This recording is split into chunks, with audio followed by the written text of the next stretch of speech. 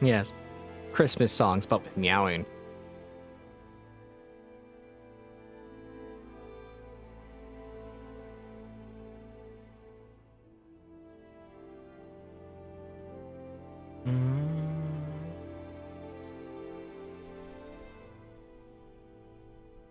And we are clear. 1 second, gotta take a phone call.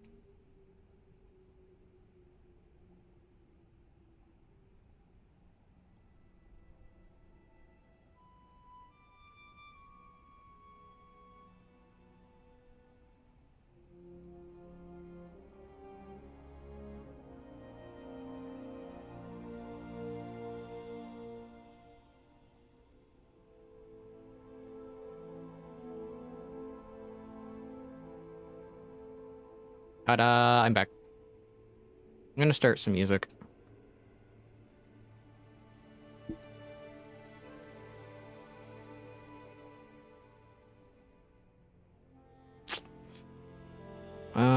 Artists, Zune.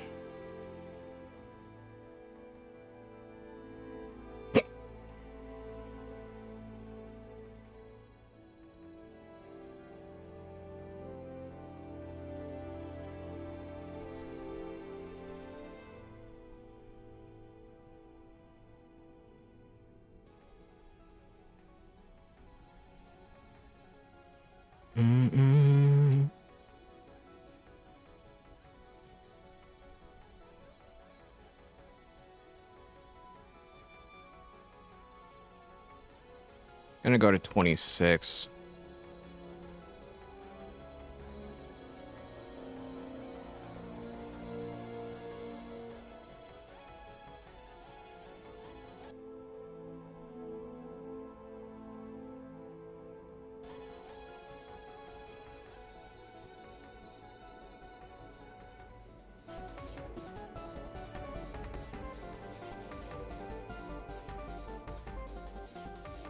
Yes, I'm adjusting music.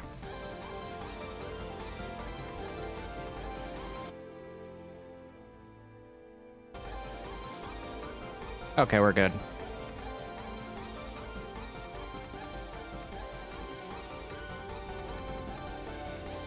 I turned the audio off. What the heck? What the heck? Here we go.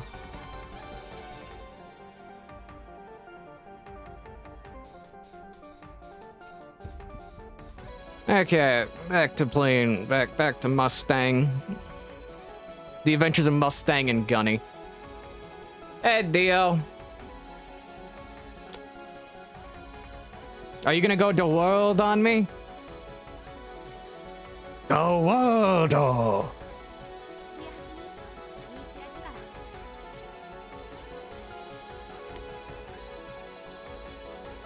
Yes, the room is back to being clean, so dog cam looks actually normal now.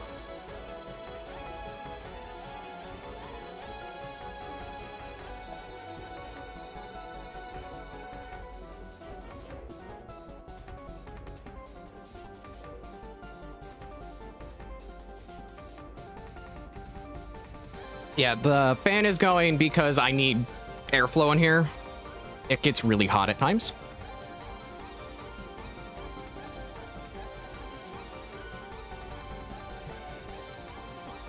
But on today's motivation, it's clearing optional quests. As many optional quests as I can humanly do today. If people want to join, go for it. I will gladly post the code.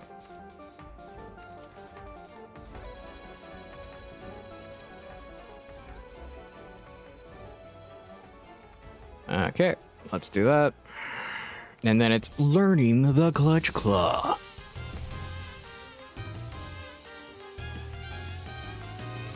But yeah, how's everybody doing tonight? Hopefully well.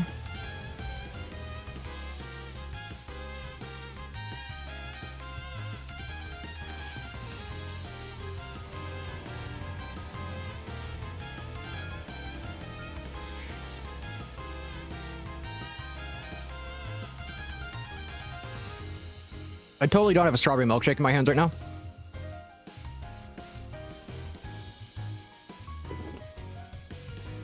I do. I have a strawberry milkshake in my hands.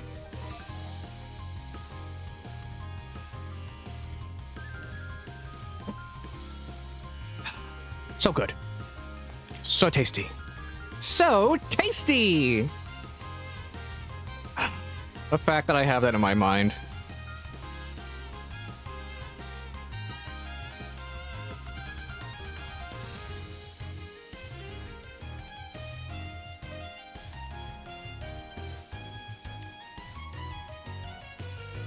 Bone pile.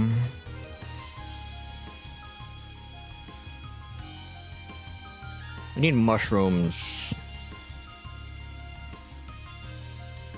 Blue mushroom. Unique gourmet mushroom. Okay, it's that color.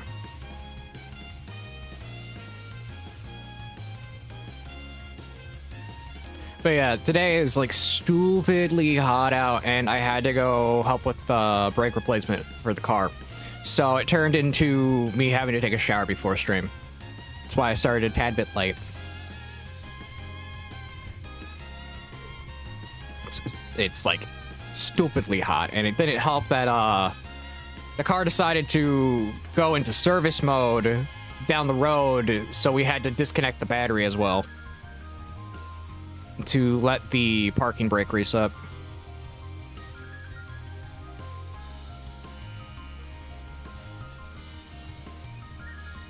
Because, yeah, that happened. Jeep engineering.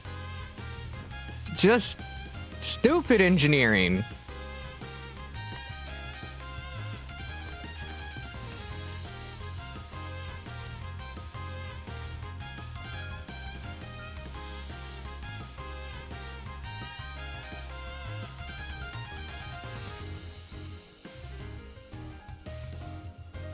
There we go, I fixed my seat.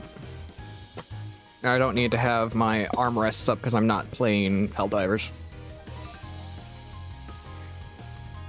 So yeah, like, I am genuinely not a fan of Jeep engineering with how a lot of their stuff is designed without an actual mechanic in mind.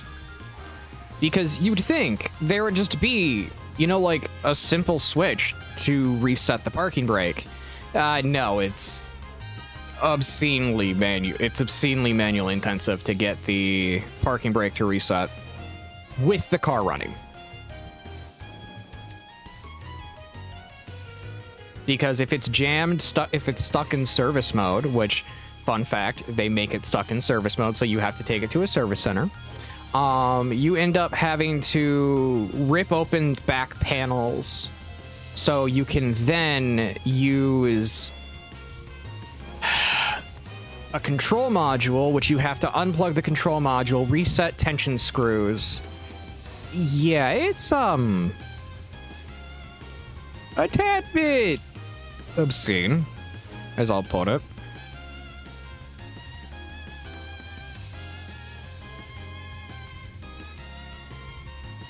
Not the biggest fan of it.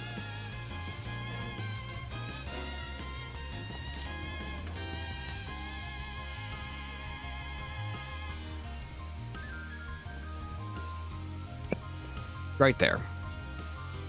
Found it.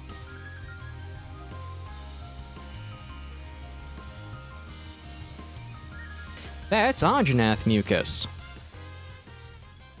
Game, stop giving me exquisite mushrooms. I don't need exquisite ones. I just need mushrooms.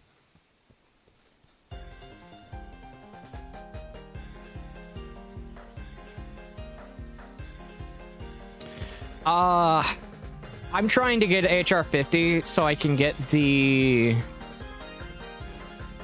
arc tempered Xenojiva armor. There we go. I can speak.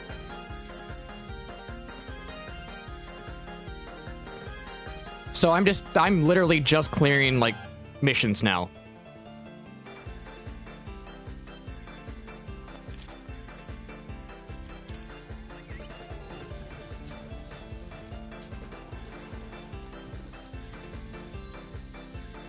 And the gathering ones are going to be the bane of my existence.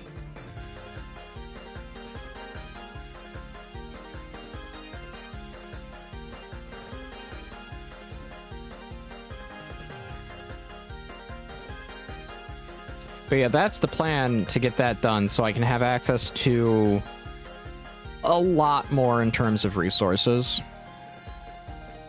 Because the Arc-Tempered Bloated Jagras, I don't know. It depends on how good the armor is at that point.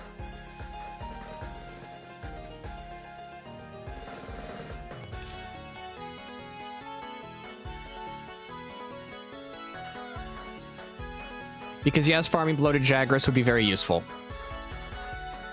At least for early stage decos. Because trying to farm it later is not really all that beneficial.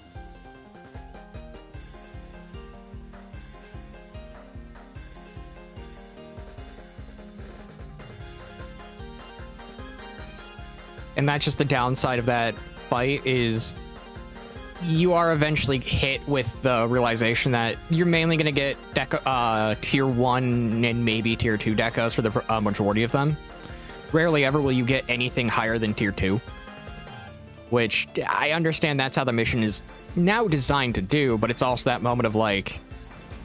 it's just...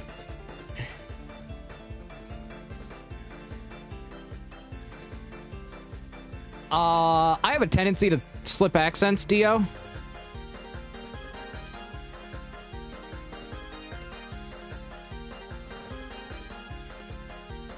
I haven't done it yet. I was about to. I was about to slip accents.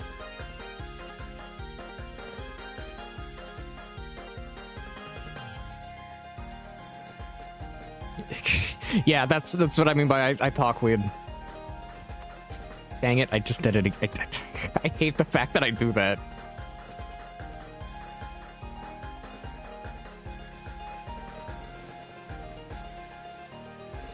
Yes, I randomly start talking like I'm from Boston. I don't know why.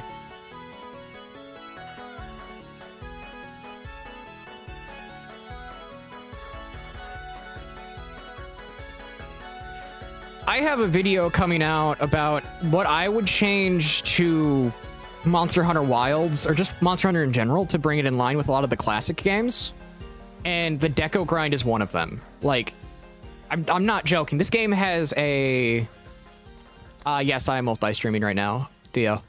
But this game, World, same with Wilds, has drop rates for decos of 0.25. There are drop rates that are 1/4% in this game. Who in their right mind thought 1/4% was a good idea? Because whoever did, I'm gonna be honest, maybe needs a kick to a very specific body part.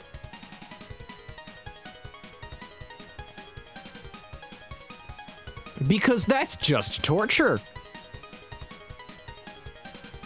Like, if you want a spread 3 deco, I think that's 0.75, which is 3/4 of 1%.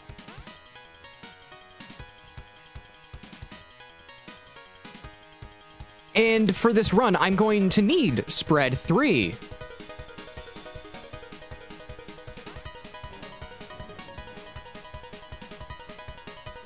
For the fact that spread 3 is required for the Fatalis build.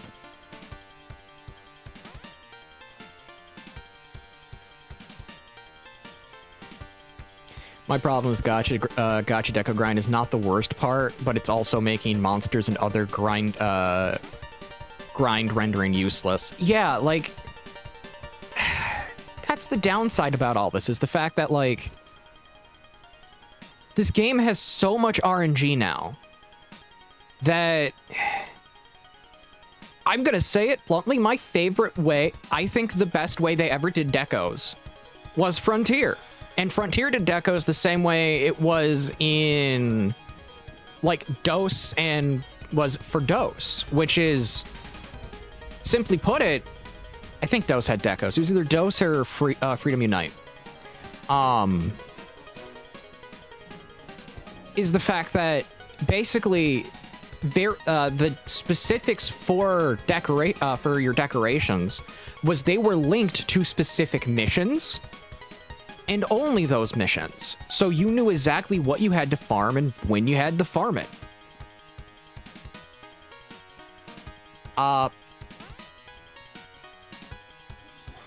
So basically, you were told, okay, if you had to find out, but once you found out, you were able to go to the specific mission you wanted for the specific decoration. Yes, it was random chance, but it was better odds. Then Frontier decided to make it so that some decorations are crafted based on armor pieces, which is neat. Because with Frontier, what they did is they made it to where you have the ability to get the armor passives in decoration form, just a reduced version. Or like armor key skills type things, not passives, because passives didn't exist back then. But you could get armor skills from one set and put them on, say, a set you like. It was a really good system. That idea for decorations, I think, is genuinely the way the game should be. Where, yes, there's an aspect of random chance, but it's not a gacha type system. Where if you need a specific decoration, you know what mission to go to. You still have to play the wheel to get the decoration from that mission, though, from the lot of other decorations it can drop. I find that good. Randomized charms are also, in my mind, not that good. And they're bringing them back to Wilds, which is genuinely, in my mind, going to kill the mood even more. Because who wants more RNG in Wilds? There is, and I don't joke about this. You can quote me. There are, at minimum, 5 RNG wheels you need to play once they add randomized charms into the game with Title Update 3. Who wants to play a game of 5 different RNG wheels that they need to spin at the end of every hunt, thinking that, well, I just might get the resource I need? No one wants to do that. Unless you're a gambler, then maybe. But when you actually look at the math, like, most of the random chance in Wilds now, you have a better chance at winning a slot machine. That's not even a joke. You, at some points, do have a better chance at winning a slot machine. Maybe not going 777s, but definitely the ability to win.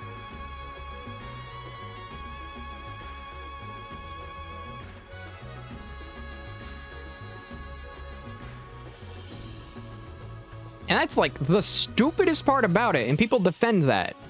Like, people defend it. People defend that amount of RNG in these games, when no one should be defending that amount once you've learned the system.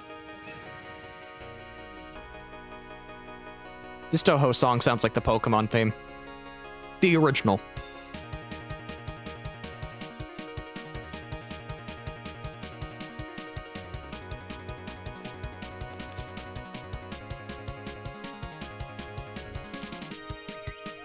I'm gonna take another drink of my my shake.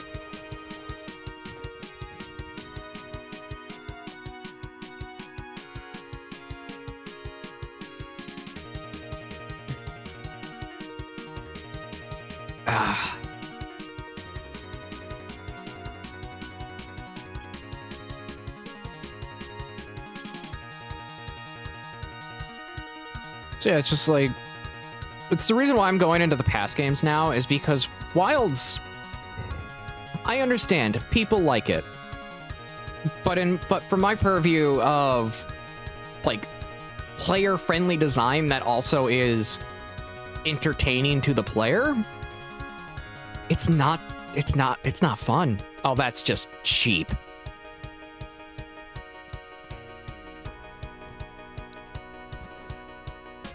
I know that's like a contentious thing to say because people, it's like they're willing to defend Monster Hunter to the end of days, but seriously, Capcom is not doing good by Capcom is not doing good by just about any series they run now. Like, I mean, just look at all the series they're running. Sure, you have Resident Evil, but even Resident Evil is being massacred to a degree. Hey, Dayton, doing good.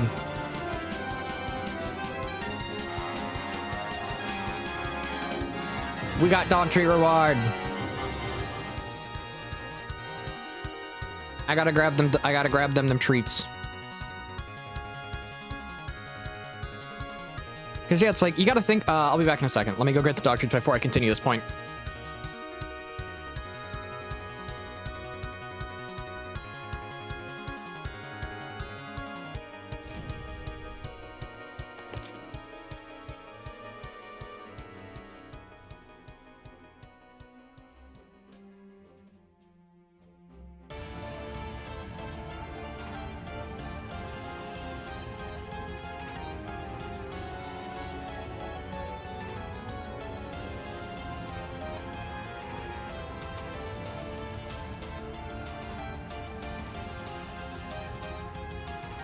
Okay.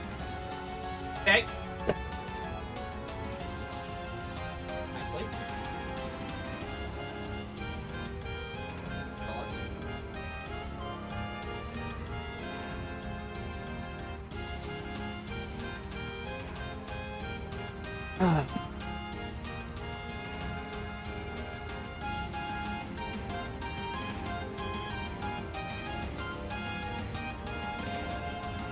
Sorry, I can't. I can only lurk. Busy lately. That's fine. But yeah, to the point I was making, things like Mega Man, right there. Mega Man was been flat out abandoned. Mega Man got flat out abandoned. Resident Evil went from Resident Evil 4 to Resident Evil 5, which RE5 was not bad, but really not a Resident Evil game, only in name and story only. It didn't play like RE4 or the Resident Evils of the past. Then you got RE6, which I believe was Village.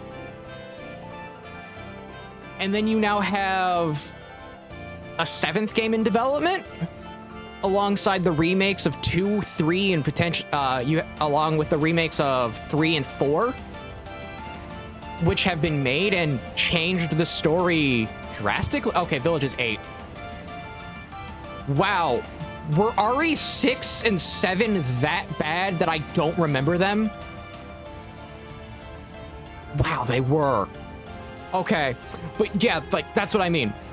It went from a giant shift from a thriller horror game to an action thriller. And then it went to Village, and Village was more in line with, like, 4. But then they remade 4. And 3. Okay, no wonder I don't remember. It's basically Uncharted with zombies. So it's like, genuinely, they're not, they've made so much changes with Resident Evil. They abandoned Mega Man, as you pointed out. Monster Hunter is becoming their cash cow, to where it's just making them a metric ton of money because of microtransactions and people getting addicted because of random RNG. And additionally, you have them going into things like Street Fighter, and Street Fighter 6 did not, yeah, it's 6 now. Street Fighter 6 did not launch in a well-positioned place, and it's still recovering.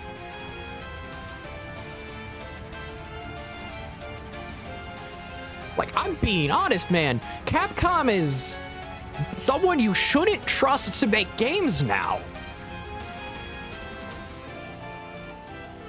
Yet people blindly defend them out of brand loyalty without understanding these brands don't care about you. The only thing they care about is making money.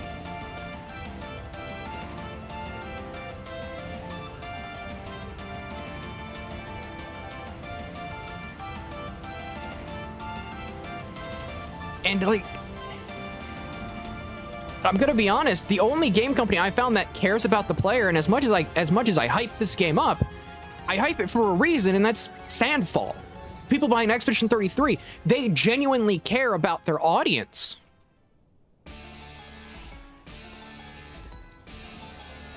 And that care about their audience goes a long way with what they do.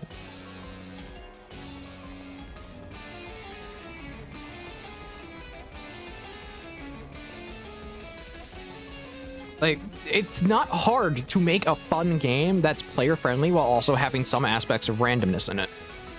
But you have to stick to that philosophy throughout the entire thing. Have fun lurking, Dio.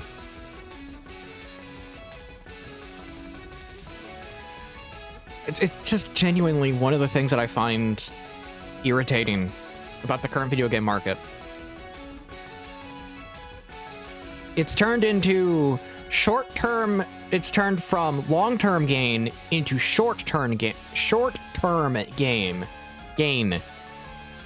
And that process of going from long-term to short-term is a detriment.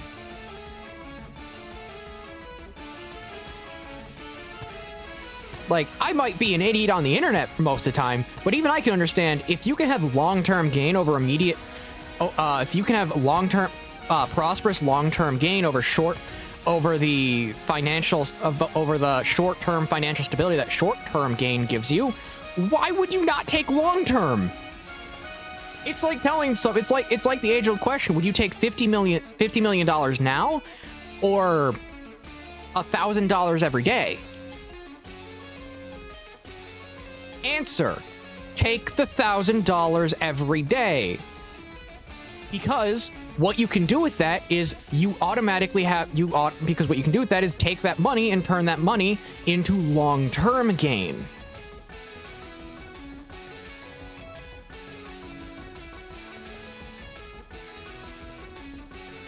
Like, I don't get how people... Actually, no, I do know why people are like this. I do. I just hate talking about it. They are...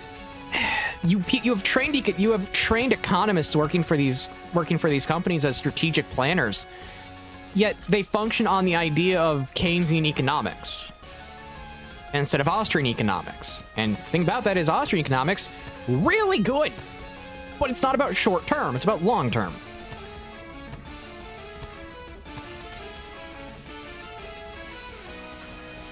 It's why if I make anything for the audience, like if they want to purchase type of thing, like merch or anything like that, I'm being honest. My method is going to be price it as low as I can. As low as I humanly can. Even if it means I'm only making $1 in profit. For the fact that, principally, that dollar in profit will grow, because as more people see the merch, guess what? That's passive marketing. Therefore, more people come and buy the stuff.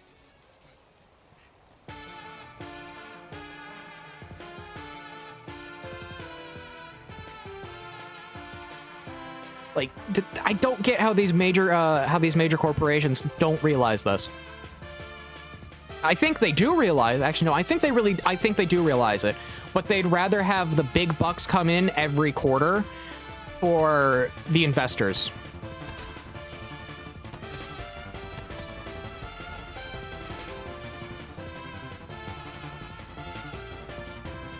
Because, again, the people who you want to blame are the investors.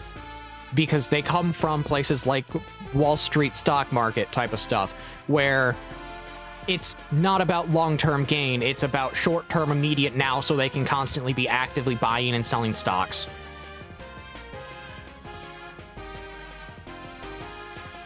Dude, if I had the ability to run a game studio, I totally would.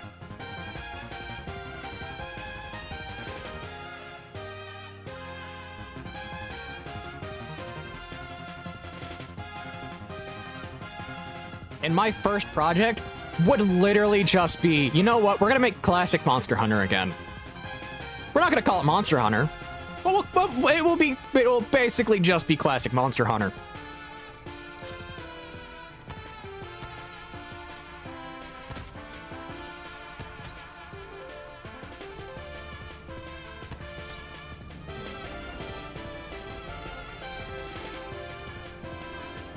Like, I'd probably go for the designs of something like, the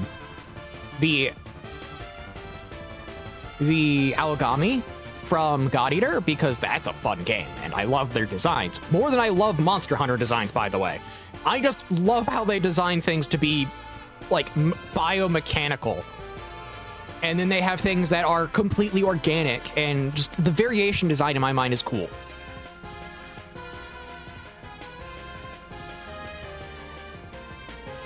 And I think that would work well with a classic Monster Hunter formula.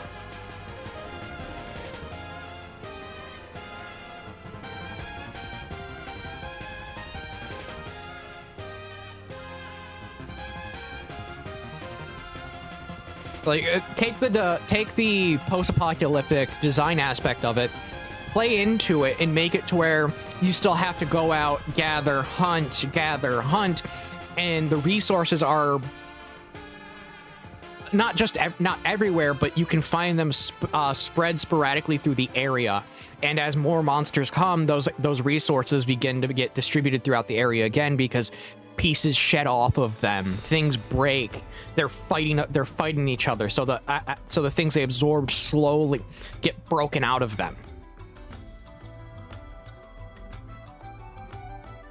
Like how with the Quadra in G1, you can literally cut off its turrets and harvest them.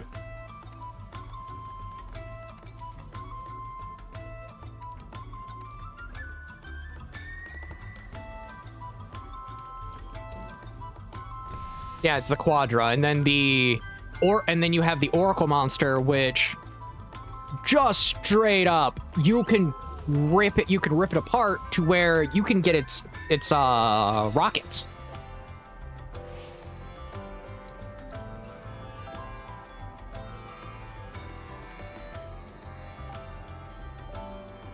And then while crafting a weapon, those rockets are literally part of the weapon itself.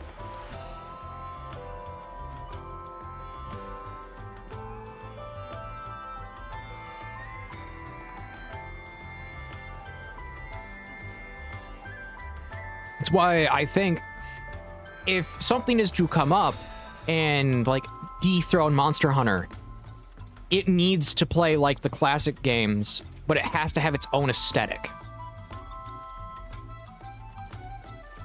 And I think that aesthetic could very easily be done following the aesthetic that GE has done.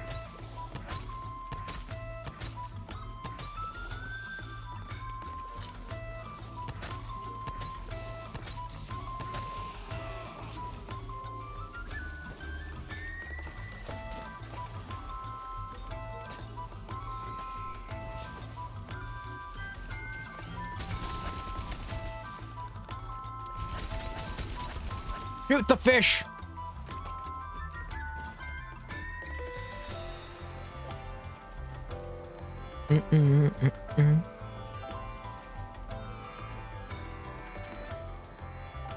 Because it sounds really dumb. I'm terrible at knowing internet trends. But the moment you... hiccup. But the moment you ask me, what are trends for the gaming market? Well, then I can talk.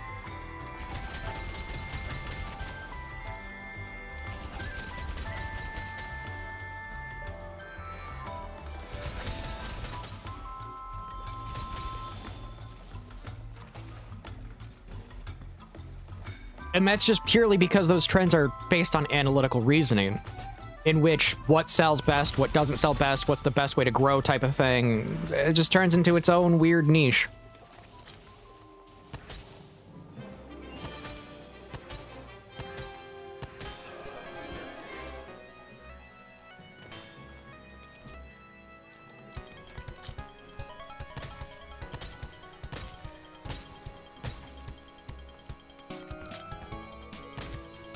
Kill the catfish.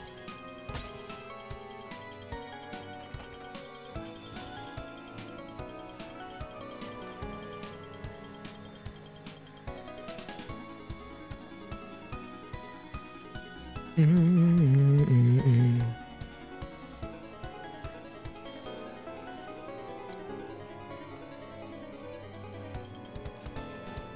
wait for the 20-second timer while I take another drink of my shake.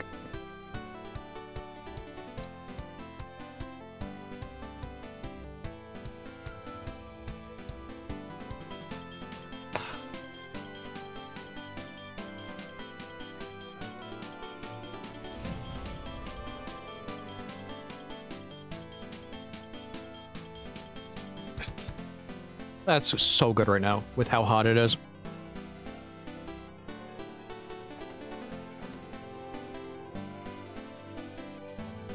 Turning the fan off for a minute because I'm getting really cold.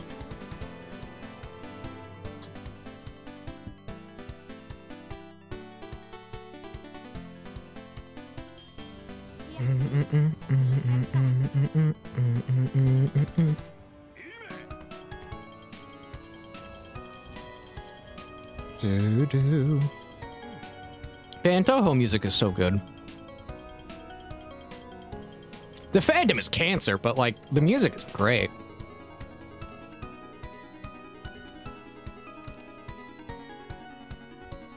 Yeah, the fandom for Toho is absolute cancer. It is one of the worst.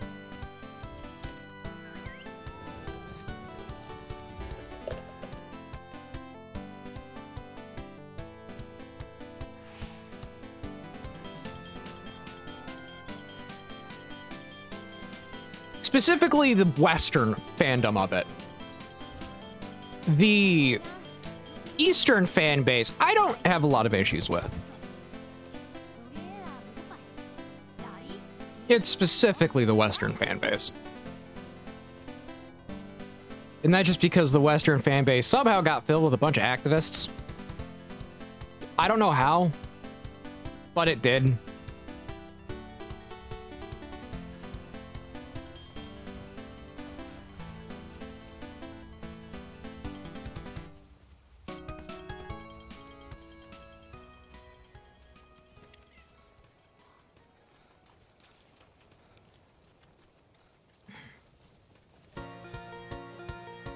Let's go fight ourselves a Kulu-Yaku.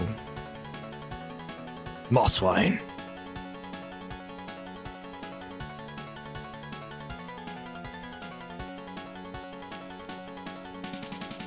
Hey, Wrath Scale.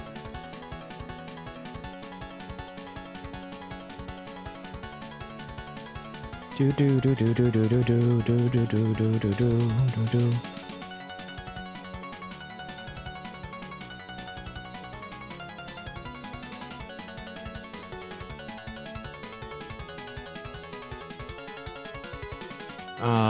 There's a mark.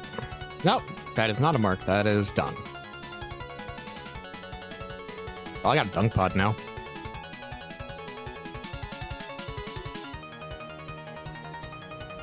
That's you. Kulu-Yaku, where are you? Please speak up. Will the real Kulu-Yaku please stand up?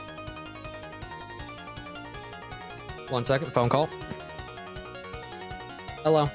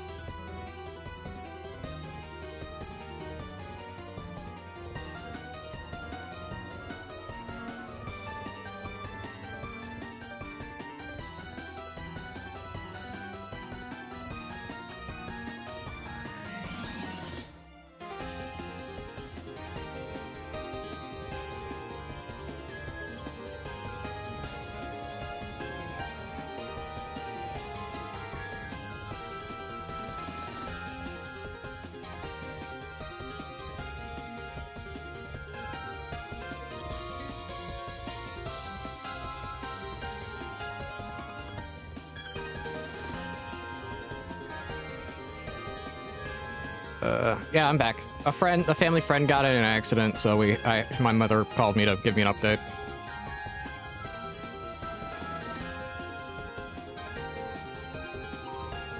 Checkmark that. Yeah, so that's done. And we're most likely having tacos for dinner. Tacos!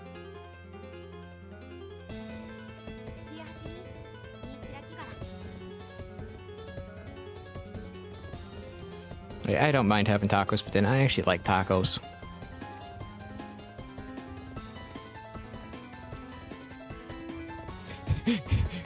Getting yoked in the waist. Getting yoked in the waist. That's a bad joke.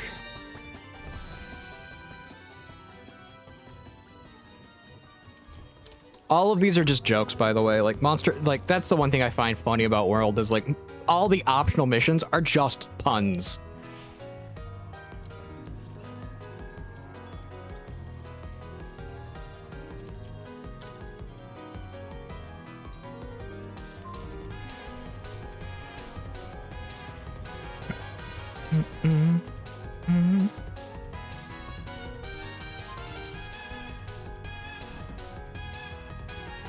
Down we go into the... Now we go into the Great Blue Yonder? That doesn't make sense.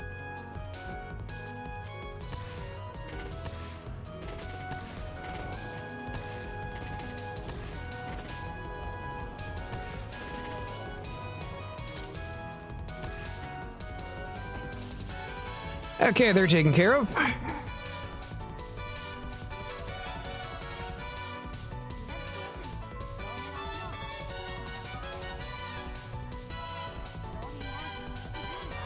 Let's get moving.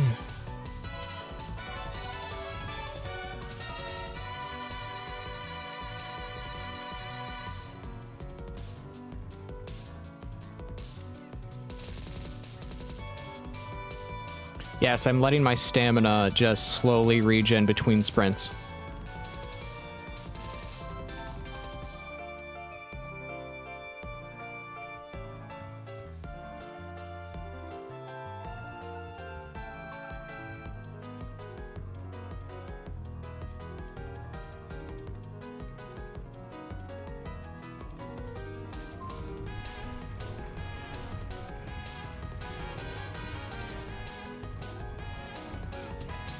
Oh, you butt!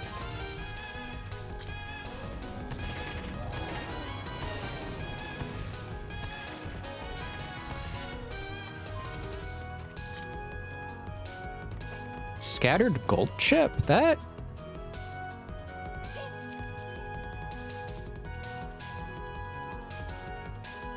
Oh, okay. I know what I just unlocked.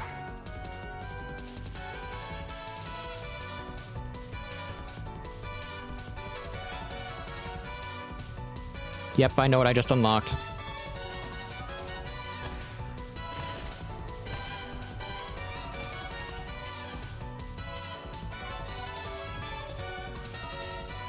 In all honesty, I don't mind her armor. Like, I like how it looks. Especially, like, the female version just looks really good.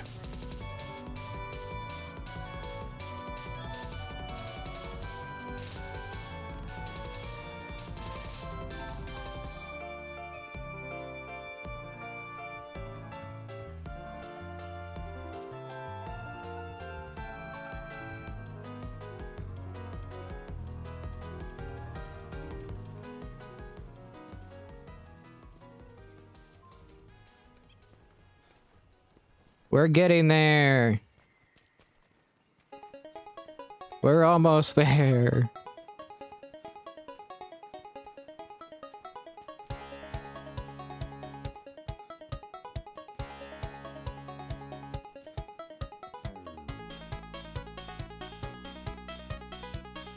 We walk around carrying a giant egg.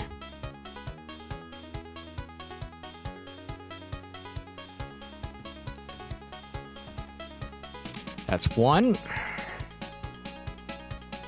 Let's go grab the other one.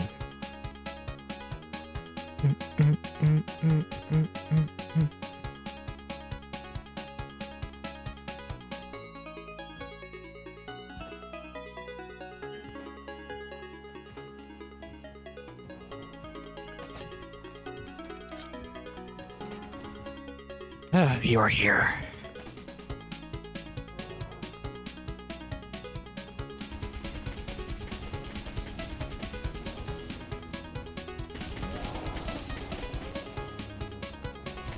Do.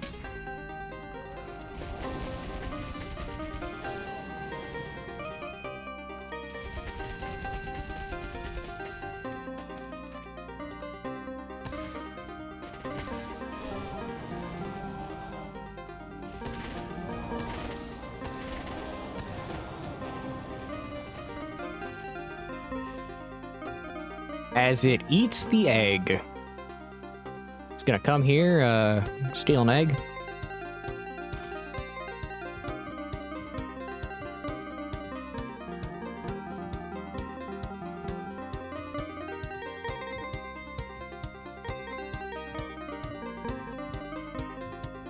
As it's just looking at me.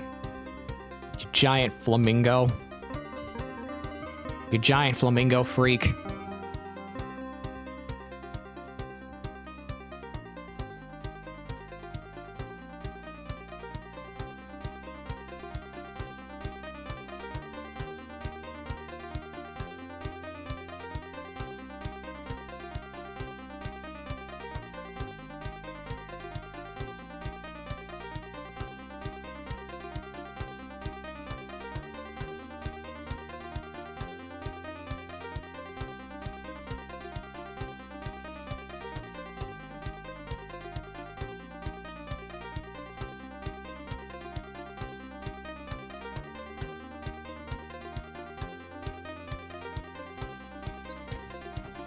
There we go.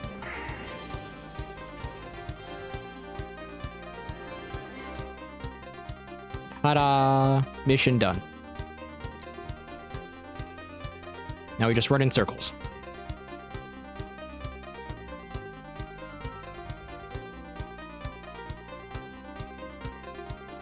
But yeah, how's everyone else doing? How's everyone else doing tonight?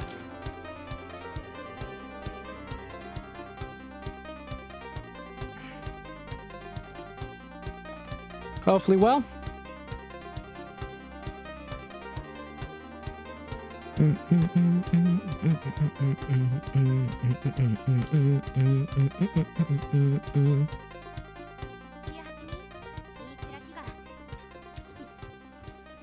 Last for one. I like your name. But yeah, the music is good. It's specifically Toho music.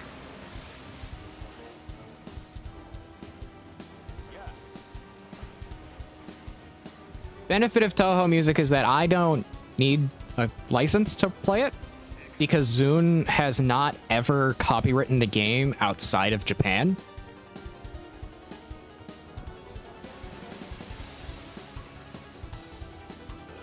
The Toho franchise, Touhou.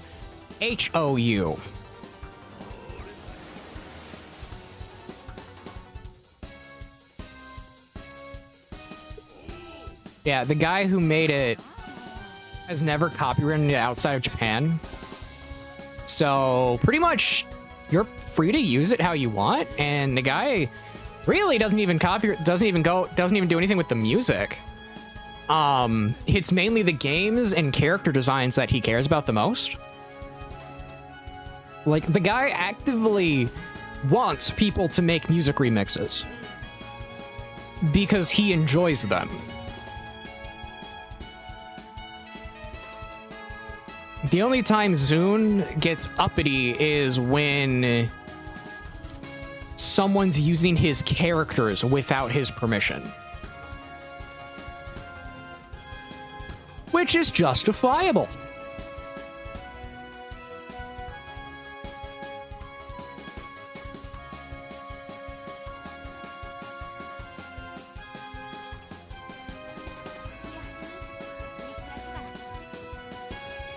Last for One. Okay.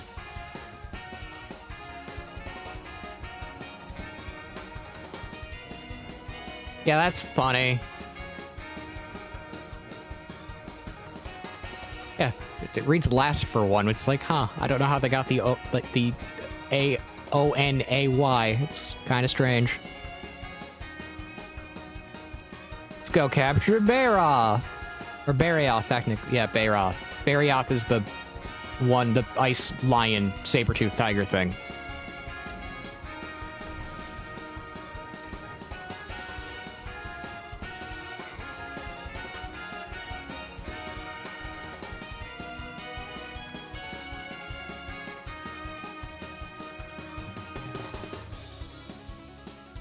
Let's go do that now. Yeah, I love it when Touhou 7 music comes on because Perfect Cherry Blossom was such a fun game.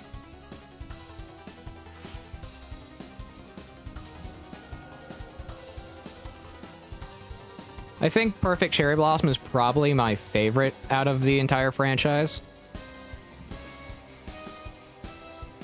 Downside is if you want to try to get a translated version of anything past 10, good luck.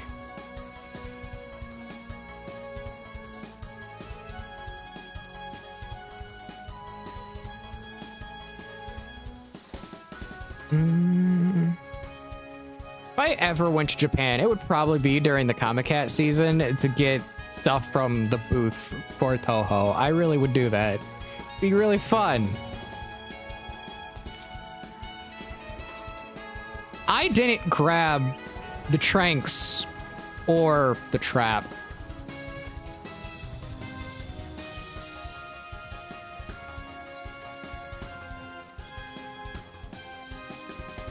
Okay, I have it now. Those games are what are tend to be designed, tend to be called shmup, which is shoot 'em up, or bullet hell. That is an actual genre. And it is a fun genre.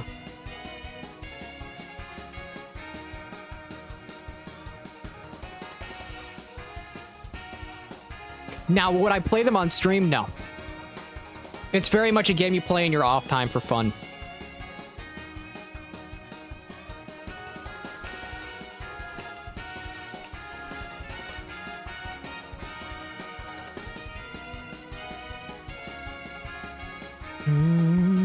Now, I also wouldn't recommend looking into its fan base because its fan base is in the West made up of... And I say it like this because it's partly funny and true. In the West, its fan base is made up of flaming lesbians.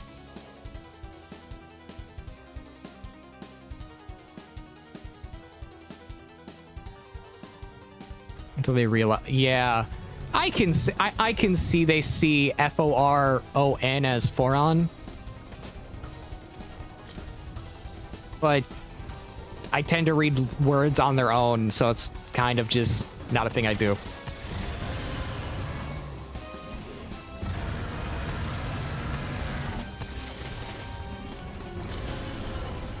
Now, when it comes to the Touhou community thing, I don't know why the West has, it's like, it's just filled with what I would describe as flaming lesbians.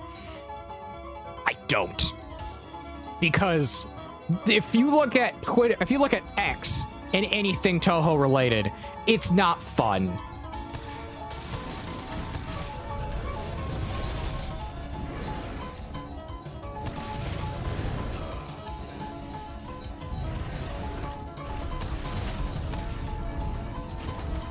The games are great. The community is awful. That's the way I put it.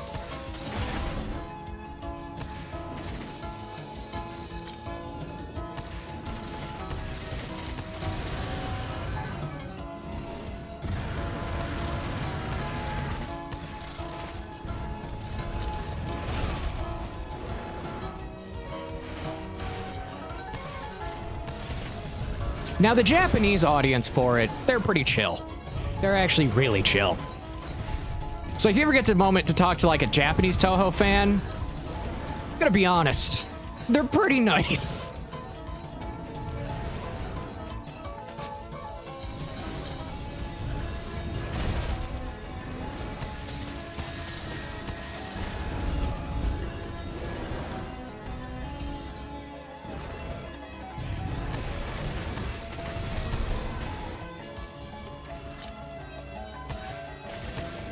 Yeah, that's the sad part. Like, genuinely, most communities are now like that.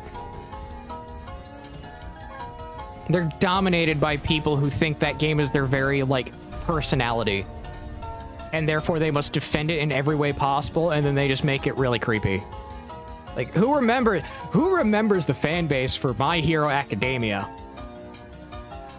Because I do. It was awful.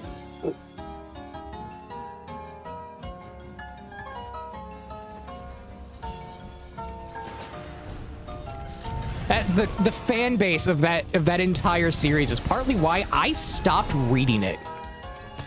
Also, Horikoshi is a writing hack. He can't write to save his life.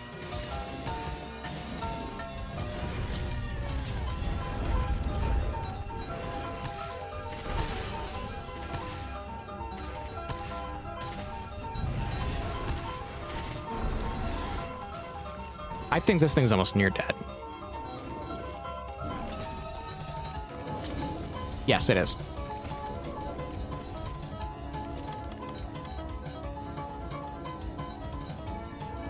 Yeah, I think the only mangaka I have found that isn't, like, he goes from being really good, he or she goes from being really good to just terrible writing, was the mangaka for Berserk. Rest in peace, man. Rest in peace. And the mangaka for Bleach. Like, those two are pretty much the only two I can think of that don't have incidents of going really good writing to absolute terrible.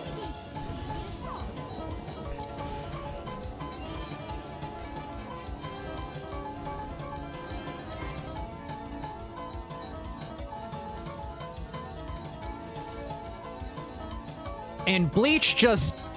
the anime is inconsistent. The manga is just good.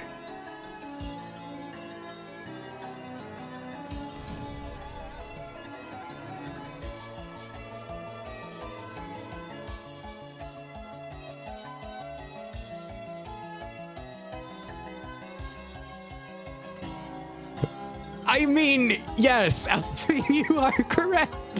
What's worse than being creepy is War Thunder fans literally committing crimes deemed as federal espionage.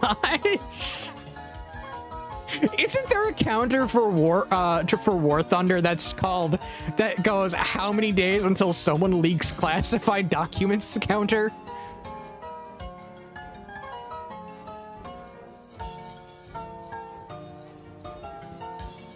And it gets reset like maybe once every 2 months.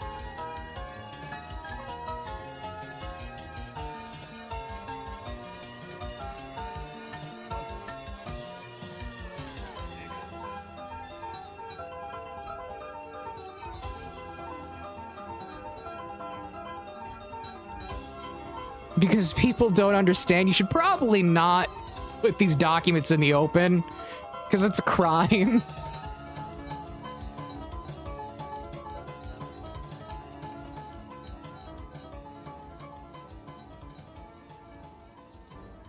Every month or at least each release of a new vehicle. Yeah. War Thunder fans make me concerned.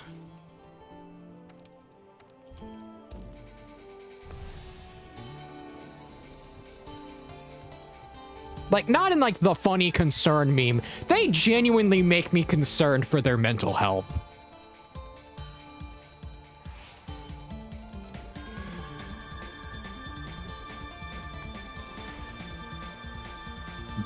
It's the type of concern a parent would have for their kid when the kid is doing something stupid.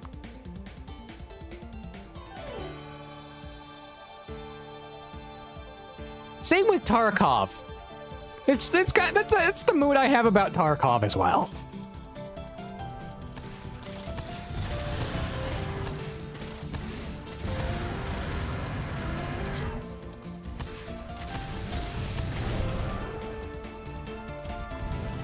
At least with Tarkov, you don't have people posting, you know, classified documents. You've got people arguing about what caliber is best.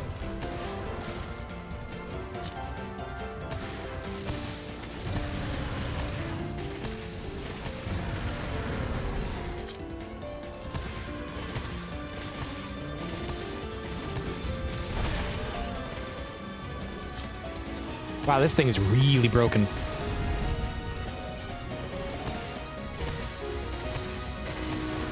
I am ripping its body apart.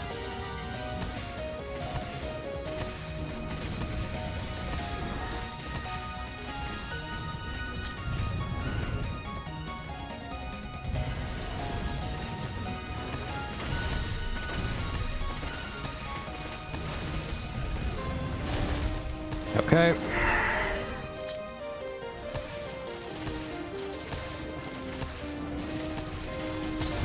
Plus, the reason why I'm doing a lot of the missions, like, now is because I want this one playthrough to be, like, the primary playthrough for Worlds on stream. So, I'm doing as much as I can with it to do basically completionist type stuff.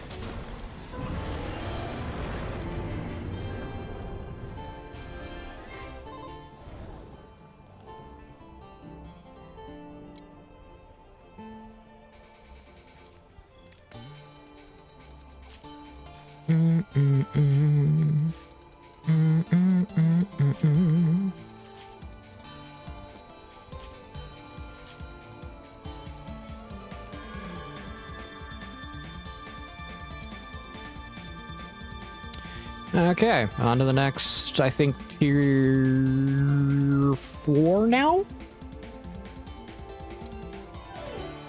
Where is this thing's eyes?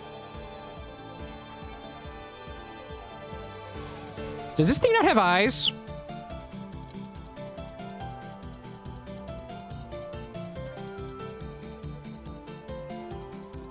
I don't think this thing has eyes. I think it gets around by smell.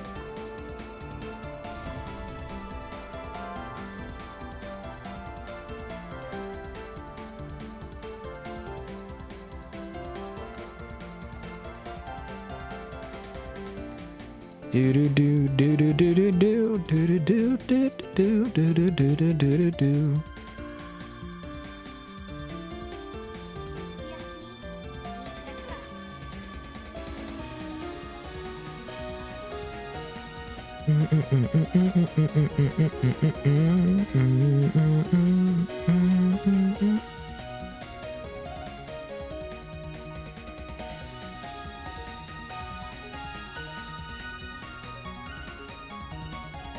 Deliver 2 wyvern eggs. Oh no.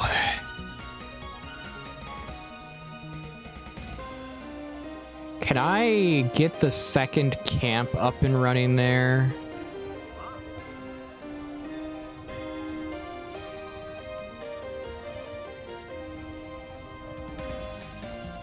Yes, I can.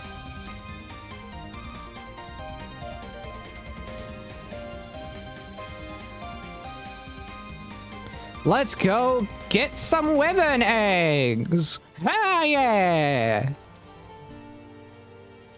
That is gonna suck.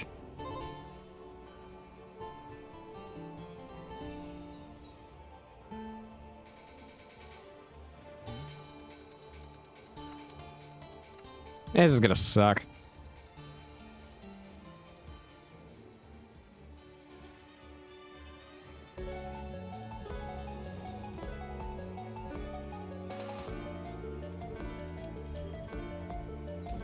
I think I have a way to do it without having any issues.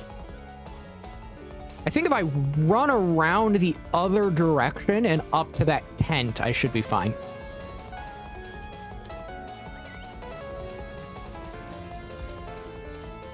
She's standing just right to have the light on her fur.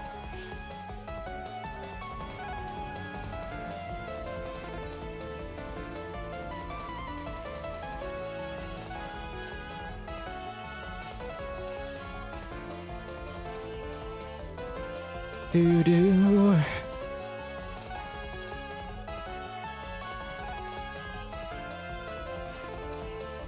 Okay.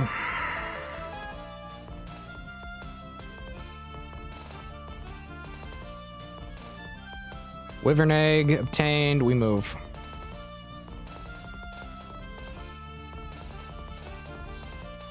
Because we don't have long before a Wrath shows up.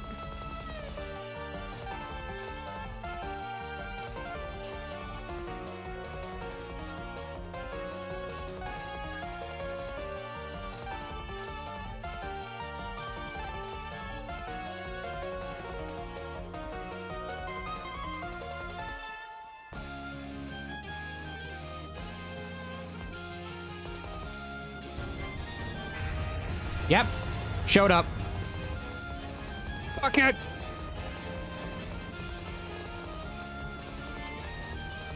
Fuck it.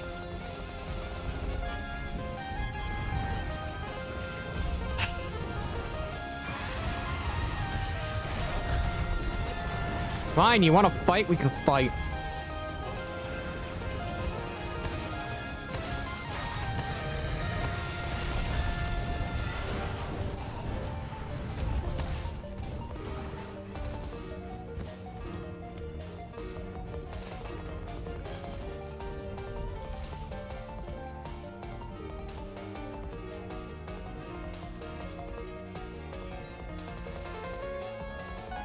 I don't have dash juice on me to not run out of stamina right now either.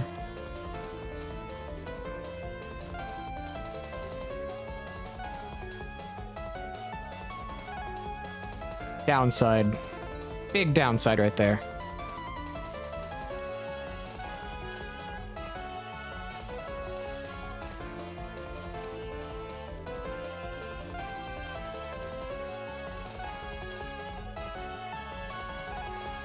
I'm probably gonna have to kill the Wrath.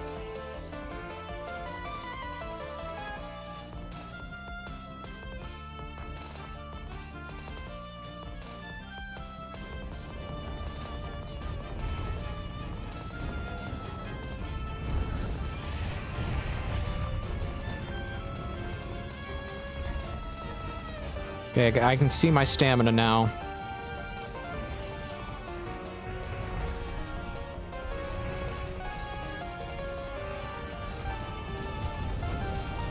You...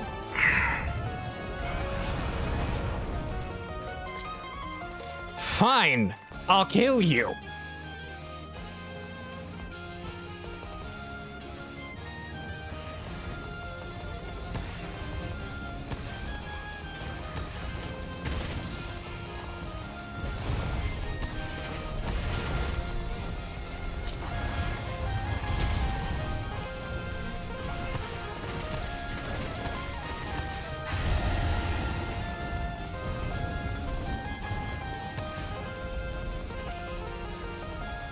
Both of you settle.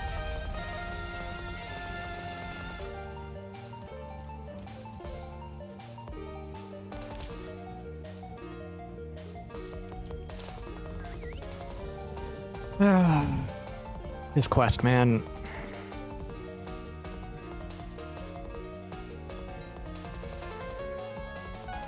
Fine, I'll deal with you now.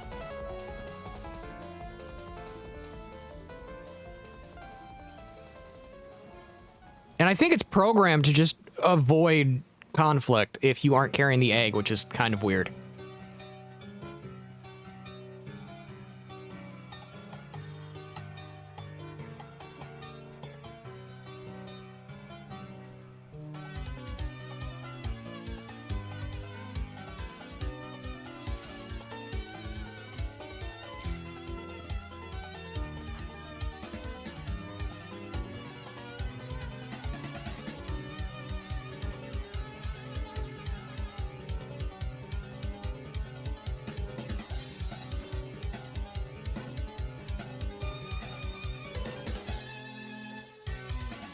Okay, it's over there right now.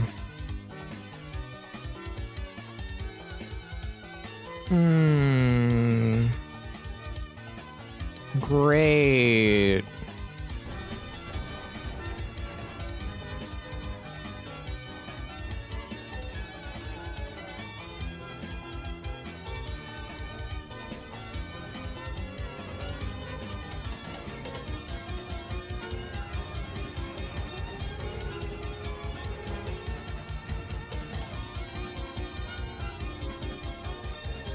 Okay, once I get it past here, I'm safe.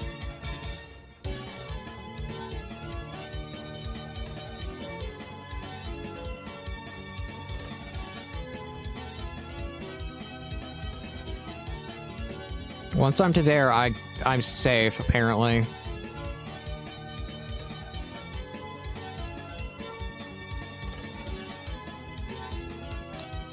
Okay, that's one.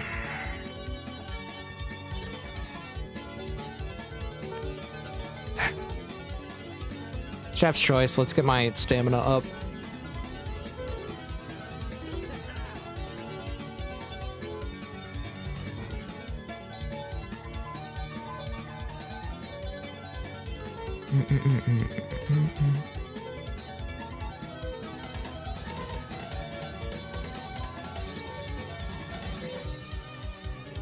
Okay. One more egg needs to be delivered. I don't like these egg delivery quests.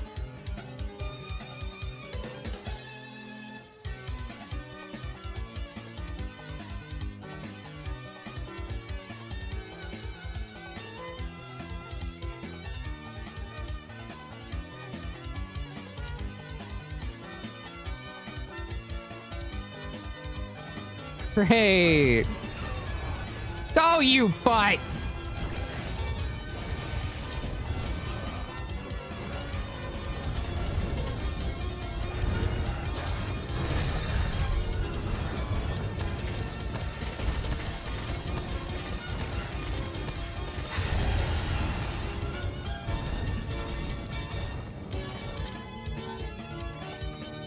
Where is it flying off to now? Is it going away? Can I actually go grab the egg? It'd be fine. It'd be nice if I could.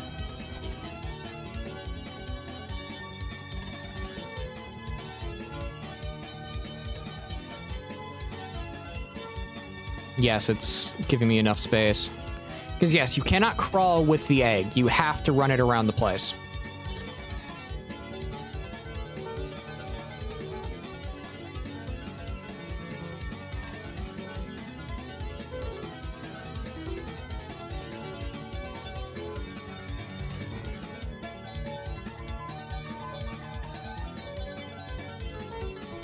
Okay, I gotta move now.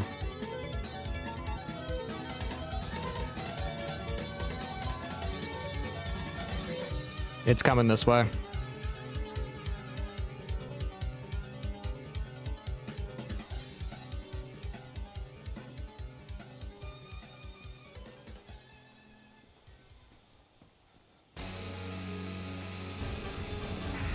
Okay, my stamina's full. Just buck it. Just buck it. Fucker, don't wait it.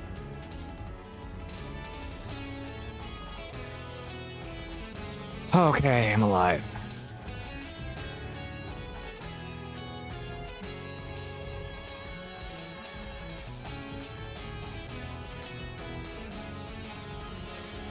Yay, we made it.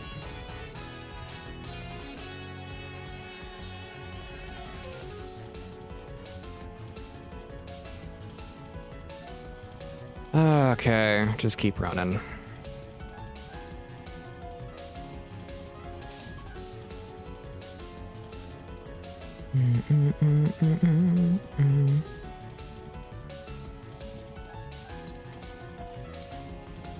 Okay, we're safe.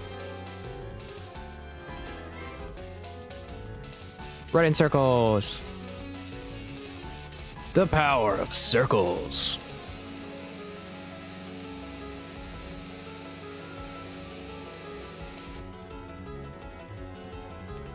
Do do do do do do do do do do do do do.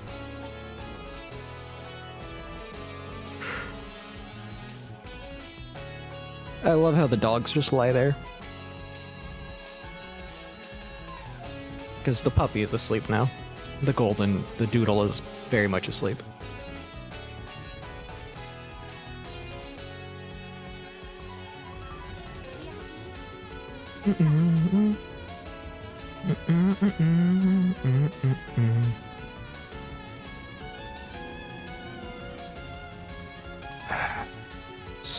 Ten super great.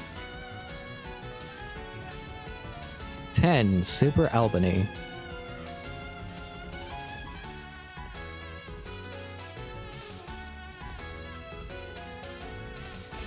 Luckily I know where a few are.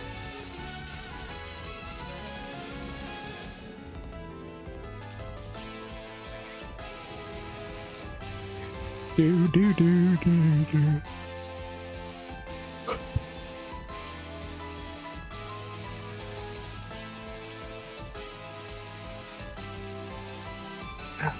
Here we go.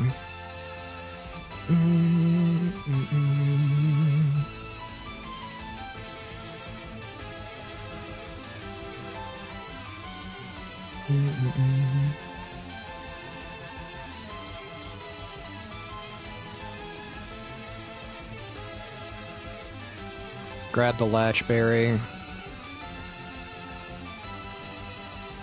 Because that's just free ammo. Free ammo.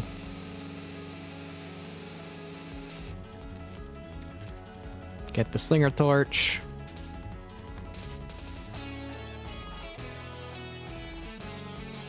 Now I run up here. There should be 3 in the path that I'm taking.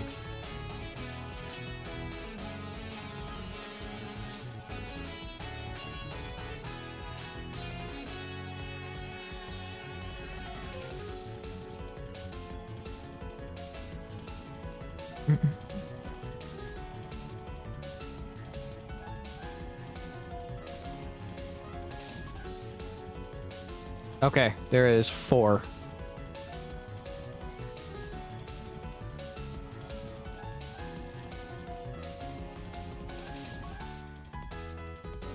Okay, jump across. Jump across.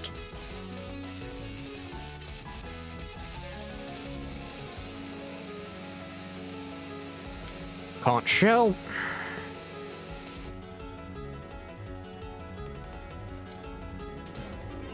Ta-da! We did it.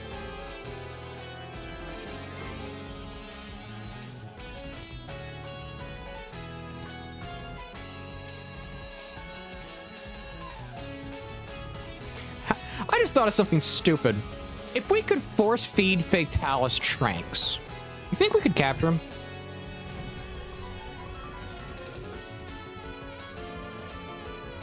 I'm not like saying, oh, just throw a bunch of tranks on him. No, I'm saying you literally shove like barrels of it down his throat. Do you think we could get him?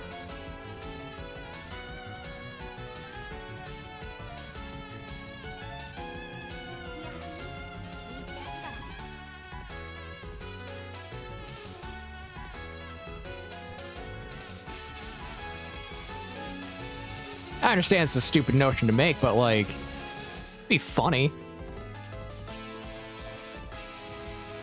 If they put like, if they actually put a value into like, okay, if you do this many tranks, it becomes susceptible and can be captured. But the number is like a heinously high type thing. It's like in the hundreds.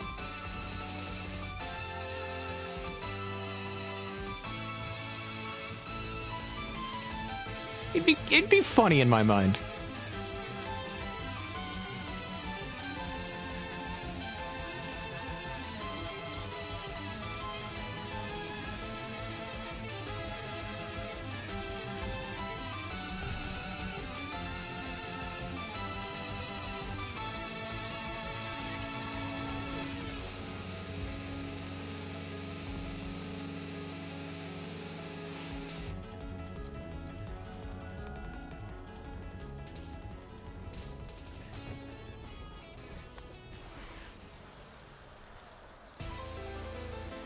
Do.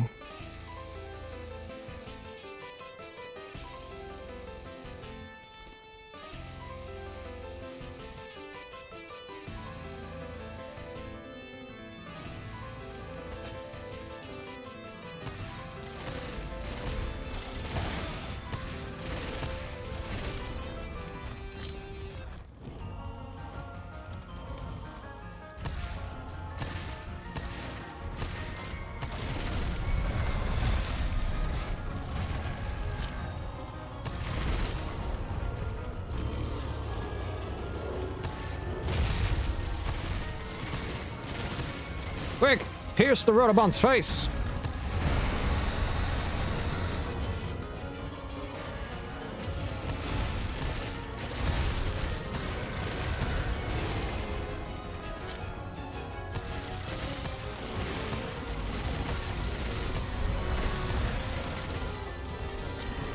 Yes, keep breaking its body.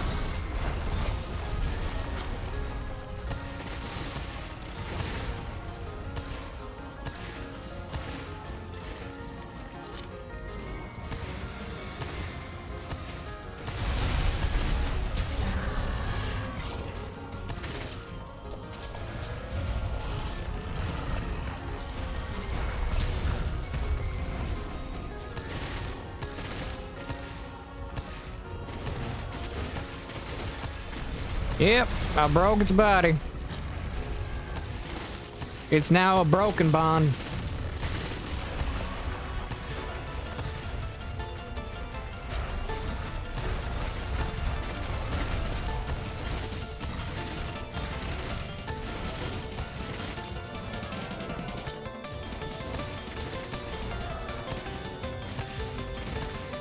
Okay.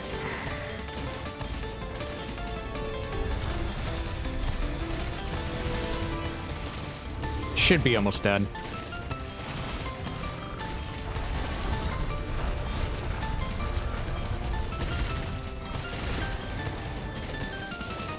How many more parts on it? How many more parts on it can be broken?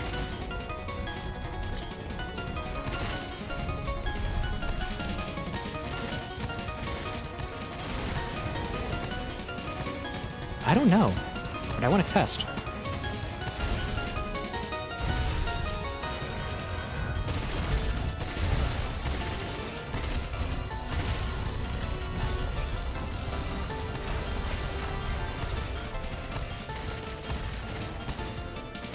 More ticks.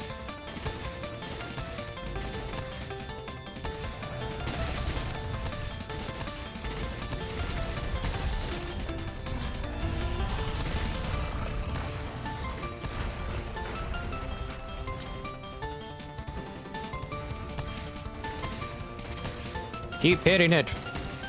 Hit it with all you have. Dead.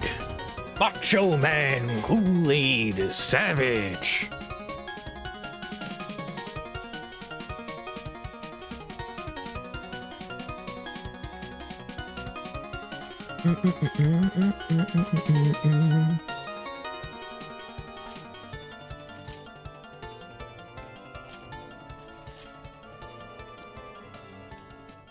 The yellow lab just lies wherever my feet sit, and then the doodle just lies wherever my head is. I find that cute, but also kind of funny.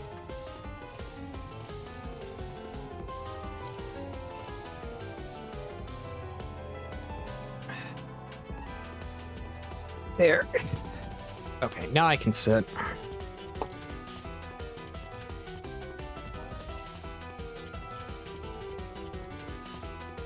I like having my legs crossed in my chair. And this armrests get in the way.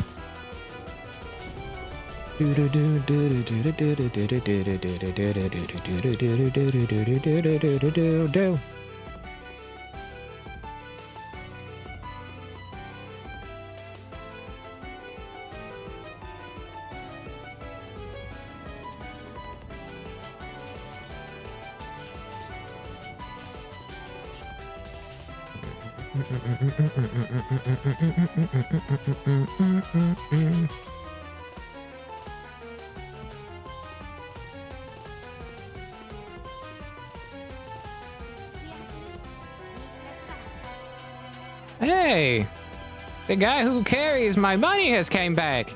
Was my investment just right? My investment was more than right.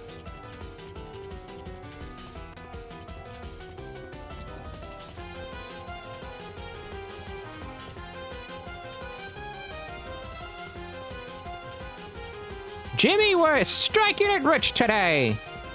Good, Pa. Now you can buy me dinner and food, because Mom's starving. We don't talk about your mother, Jimmy. We don't talk about her at all.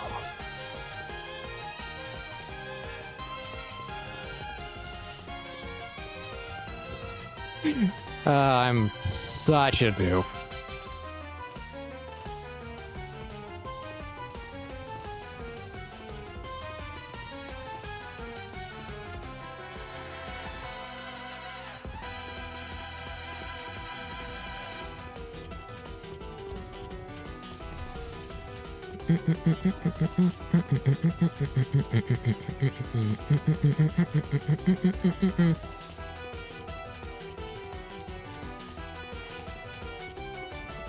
Oh, my candle went out. Is it bad that I've burned through like 3 candles in the span of a week and a half? I like having candles in my room, okay? They smell good. I kind of want a candle that smells like gunpowder, but you kind of can't mix candle wax and gunpowder together because the candle explodes.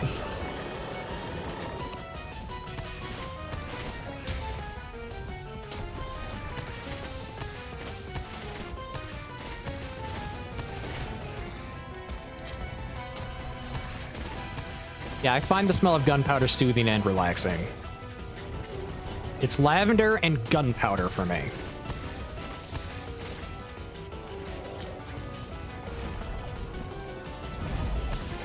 I know that's probably like a really weird mixture, but like, come on, the smell of burnt gunpowder is so good.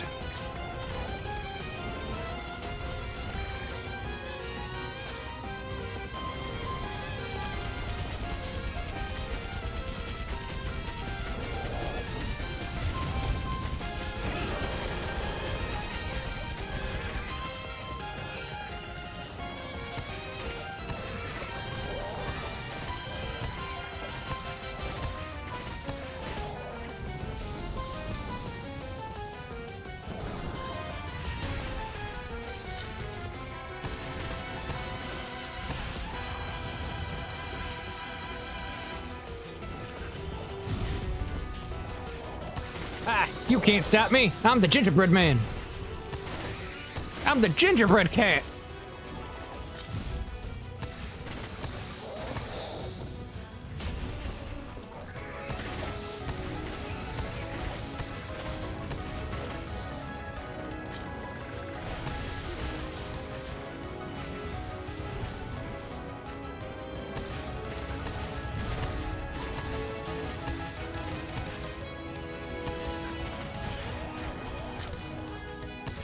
Now for your punishment of death. Shoot you in the head. Shoot you in the head. Why aren't you dying? I've shot you in the head. Soldier boy. You know who I am.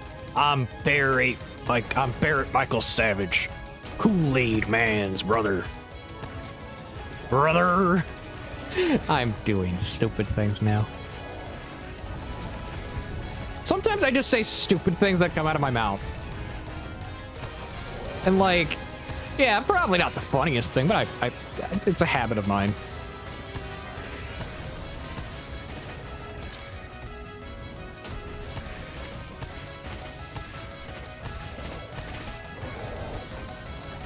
This thing likes running around like a fat kid in a candy shop. It really does.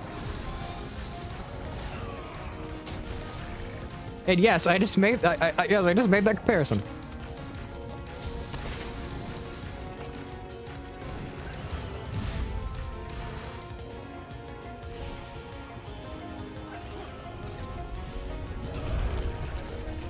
Whoa. Wanted to drop a rock on you.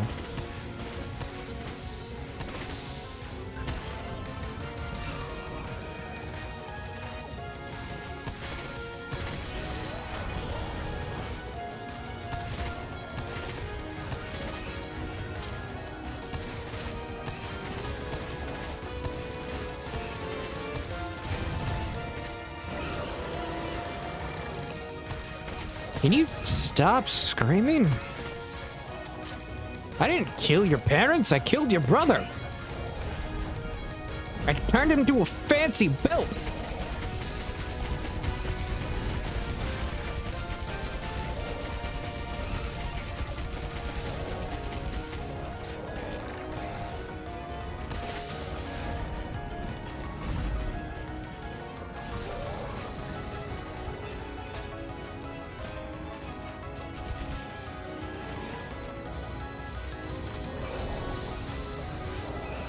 Okay, nope, you're not doing that to me.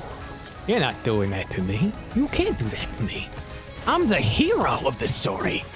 And everyone knows the hero gets what they want. That sounded really evil. Is it weird that I kind of want to play a story, like I want to make a D&D campaign based around the actual the big bad enemy is actually meant to be the hero that was like chosen by, like, I don't know, Bahamut, but the hero became corrupted with all of his power and was able to and greed to where Bahamut now has to say, okay, I messed up. Get rid of this guy for me.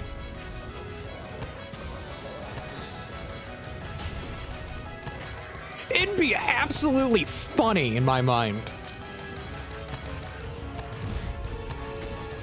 It also played to like the whole narrative of like you are your own hero in your own journey. It'd be neat, but I know it wouldn't be for some people.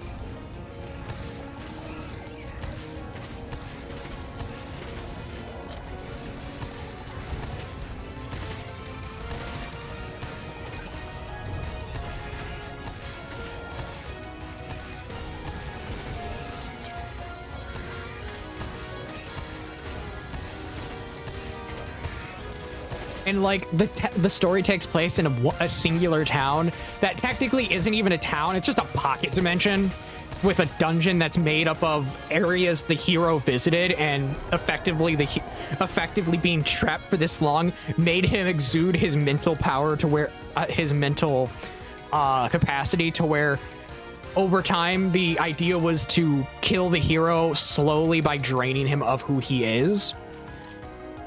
And that resulted in multiple floors of dungeons happening as the memories became corrupted, type of thing, eventually taking physical form.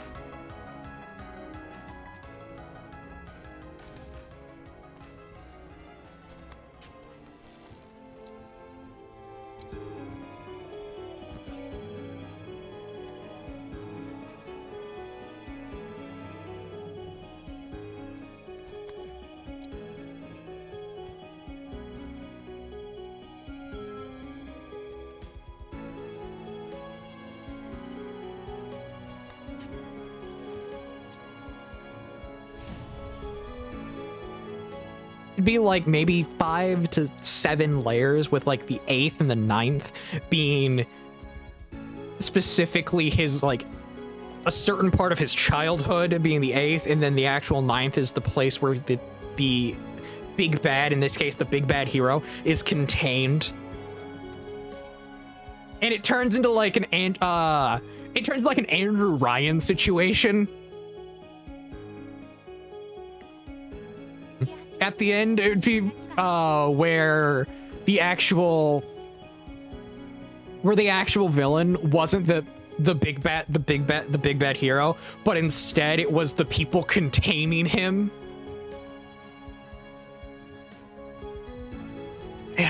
I have weird ideas for stories. If you can't tell, I really like a weird story.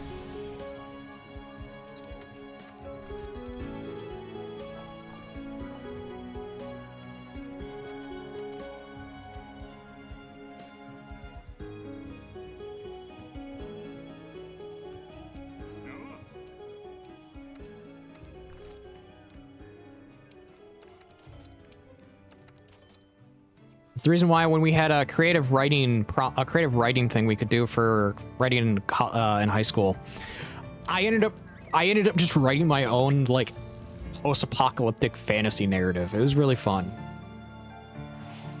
I got a B on it. The reason I didn't get an A was because of A, spelling errors, and B, the teacher kind of questioned my sanity to a degree.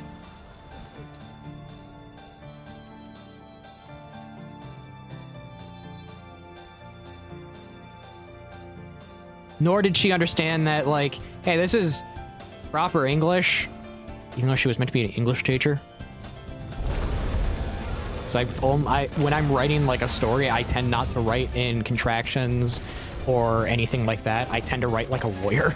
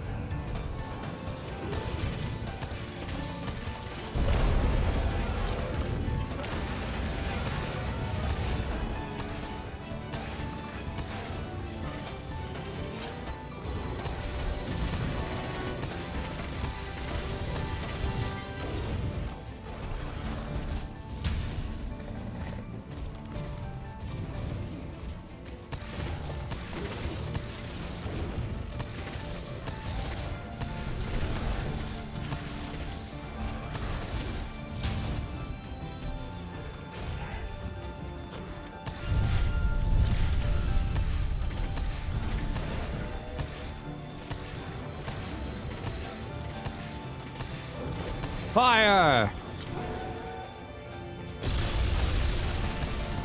You think you can stop me with your fire breath? I'll discard it.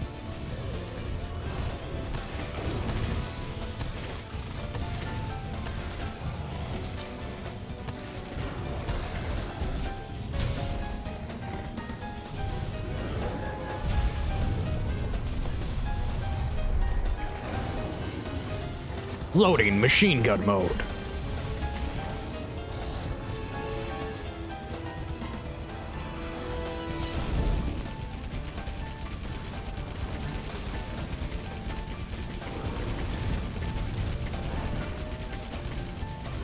Here we go.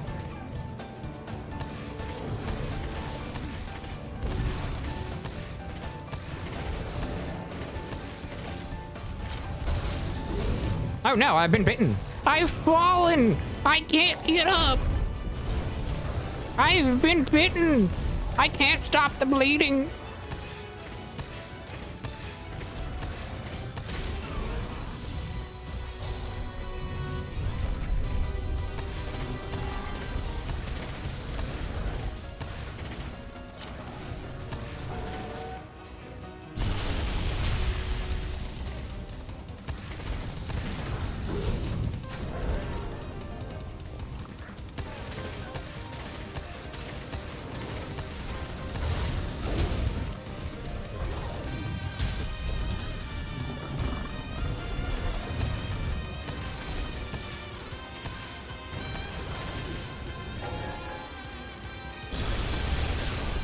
Oh no, I'm on fire.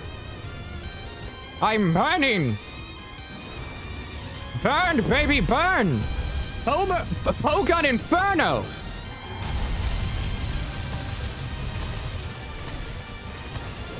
That sounds like a terrible parody, but I would love it. Burn, baby, burn. Pogon Inferno. Burn, baby, burn, baby, burn, baby, burn.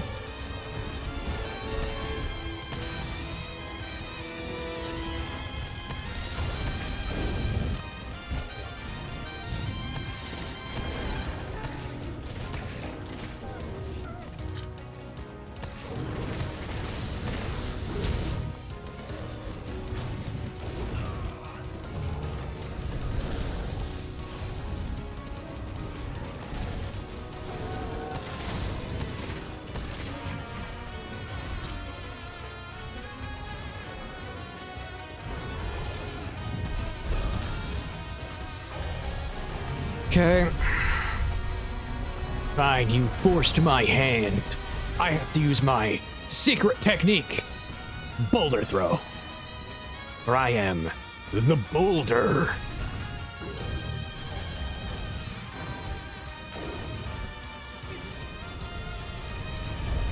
I got the kill. The boulder is pleased. I am not conflicted. Because the boulder does not have to fight a blind girl.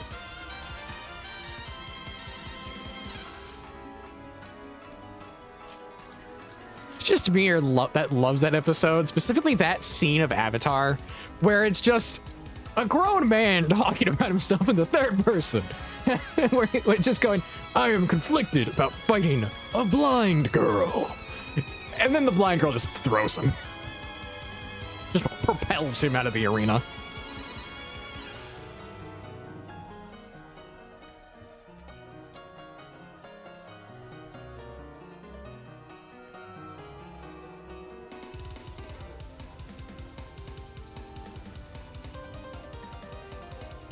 I have such a weird, I understand. I got a weird sense of humor to where it's like, sometimes the stuff I think is funny, not everyone thinks is funny, but I love it.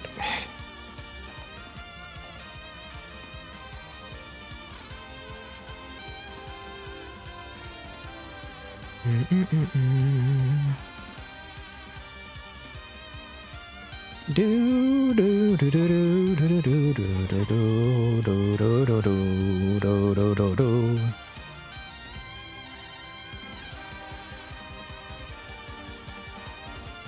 A nightmare's wing. A rotten thing to do. White monster or a white coat. The crying Shamos. Royal relocation.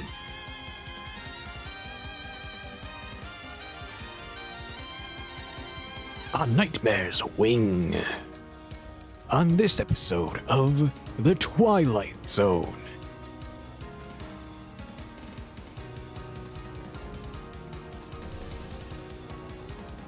I will stop talking like a weirdo.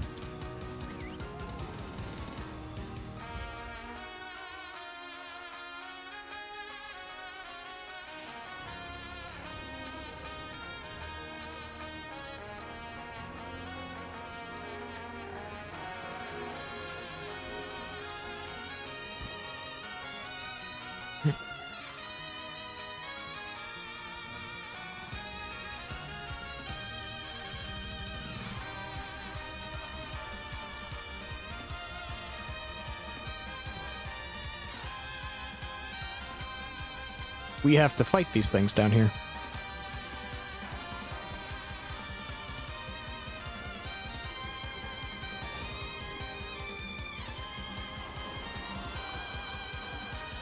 Who goes there? Careful, camera. What? Oh, I thought we were gonna do tacos. I'm out of tuned it. Remember I told you I'm gonna grab some cookies. I did not hear that. Where's one of my things? Fine. But I already burned through the other two. I need a long-lasting candle.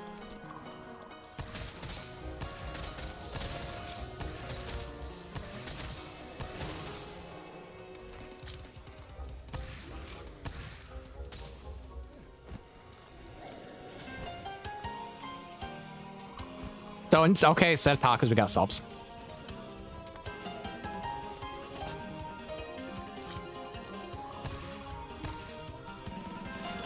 I hate fighting these things.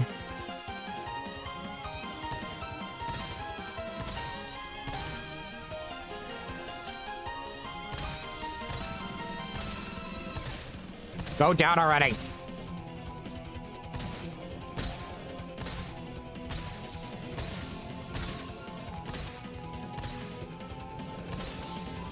Why is it not dead yet?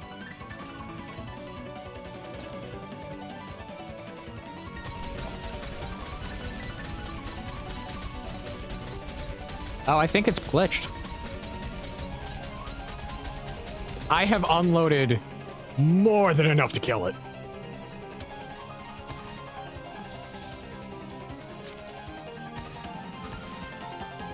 Yeah, it was glitched.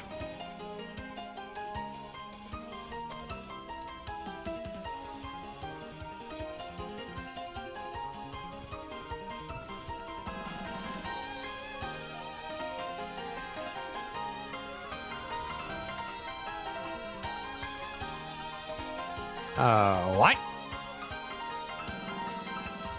Okay.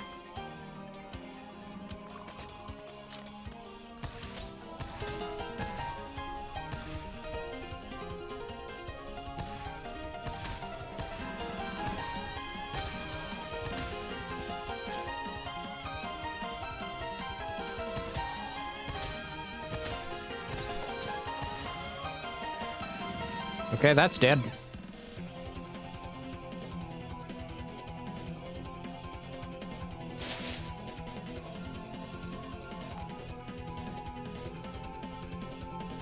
Okay.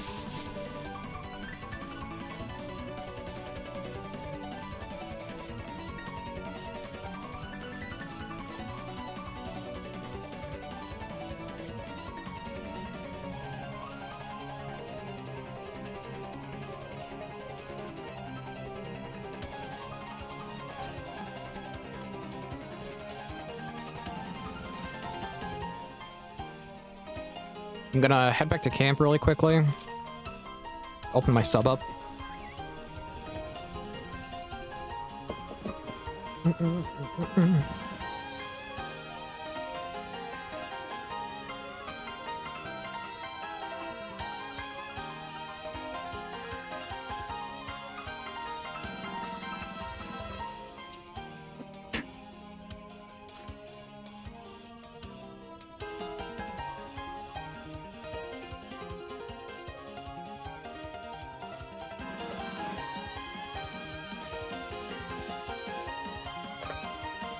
It's not opening.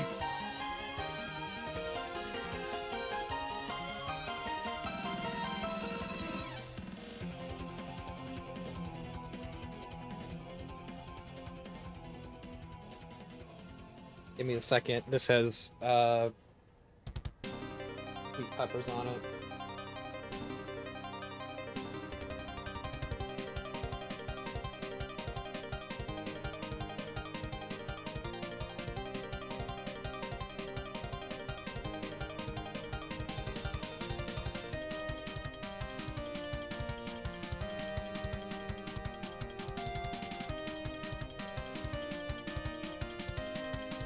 I don't know why sandwich places pad their sandwich with lettuce. It's like, it's not gonna help. It's not gonna make it taste good. It's gonna make it taste like water.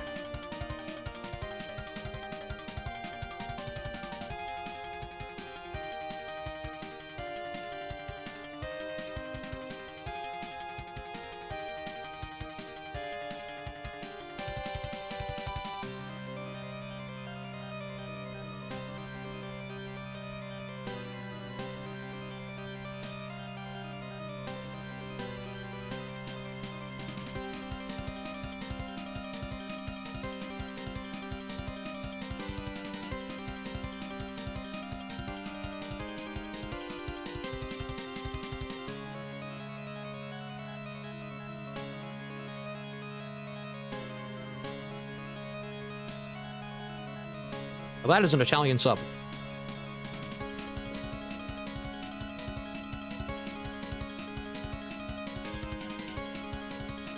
You can taste the Italy. You can taste the Italy. That was so stupid.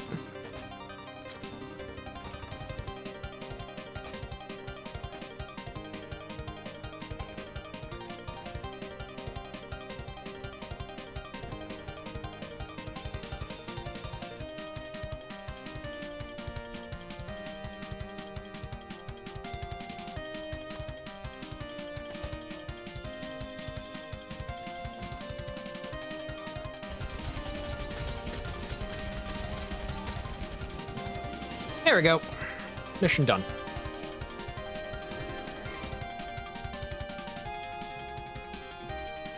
Oh, I got a bite of the peppers. Aha, that's hot.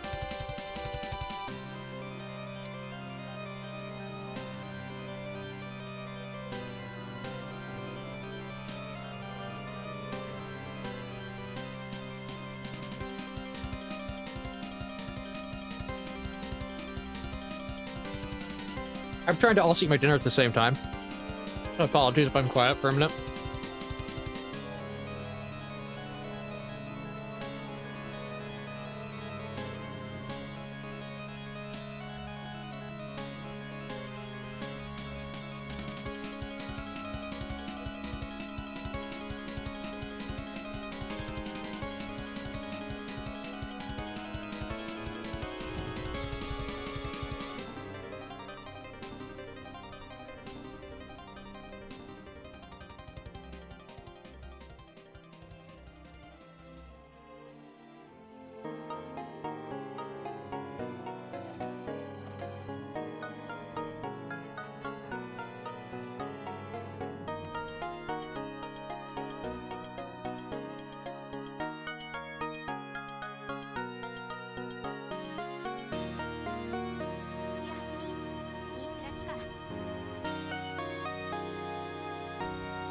Okay.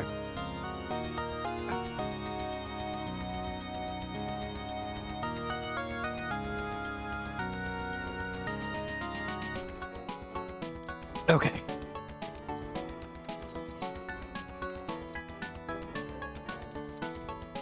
Something got stuck in my throat, so I had to take a swig of liquid.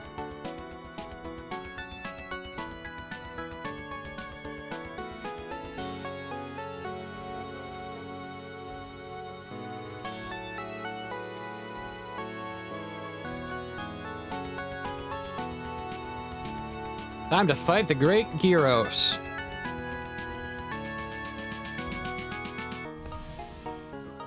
Okay.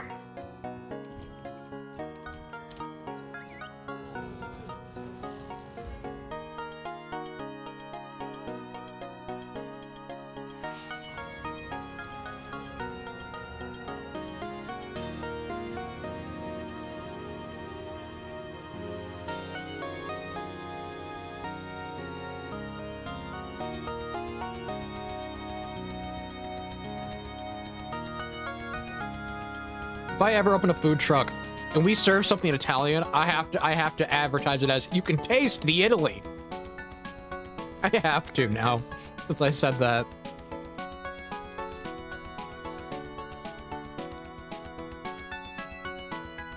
It's not even like, I can't. No, it's a, I must.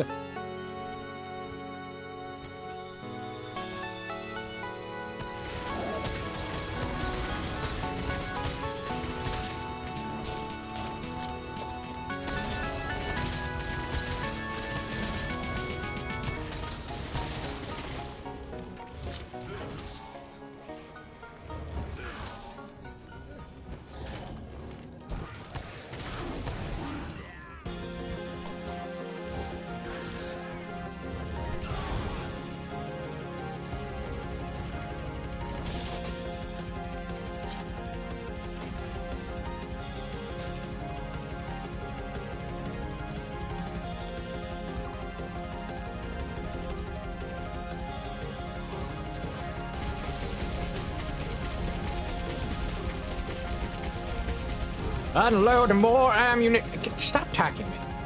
Stop attacking this British person. This fancy British person.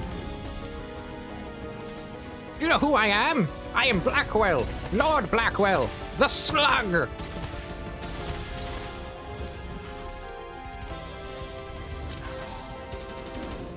It threw me in poison.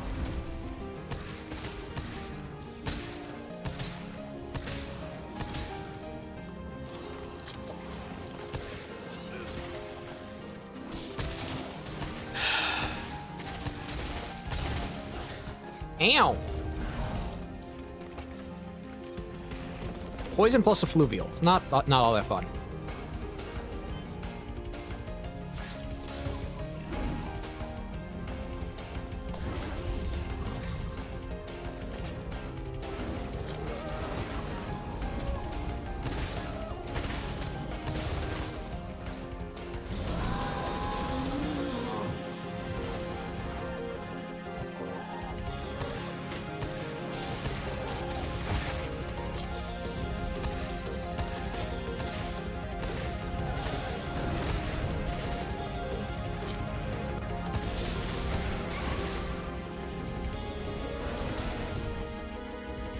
Okay, it's running.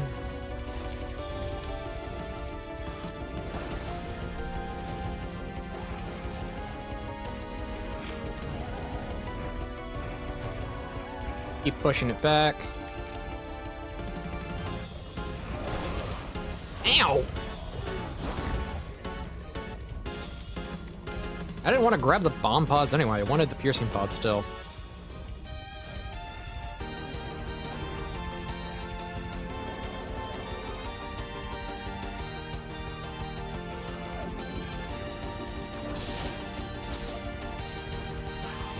Latch on and fling into a wall.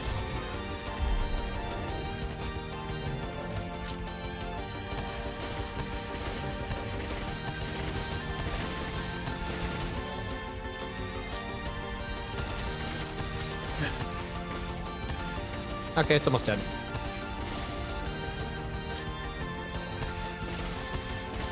There we go. As soon as I run out of piercing 3, it dies.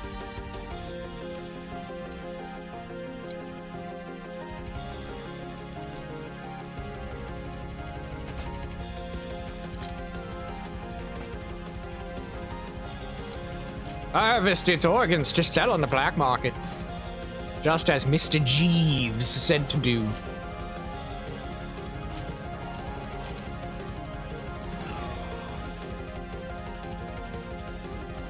Who's Mr. Jeeves? I don't know. I just made that up.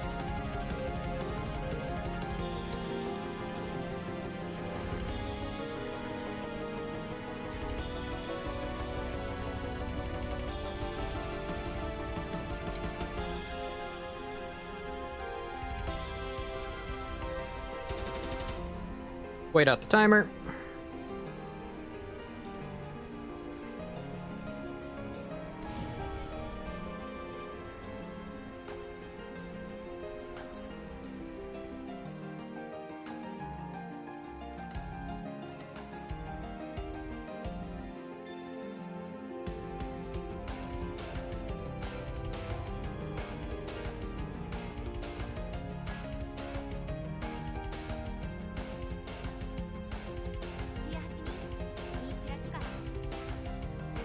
Yeah, Handler, you're gonna have to wait for a while.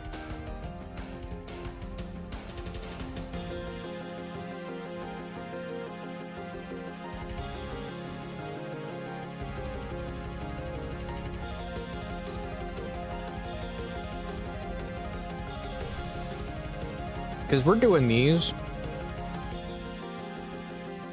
We're clearing my quest docket.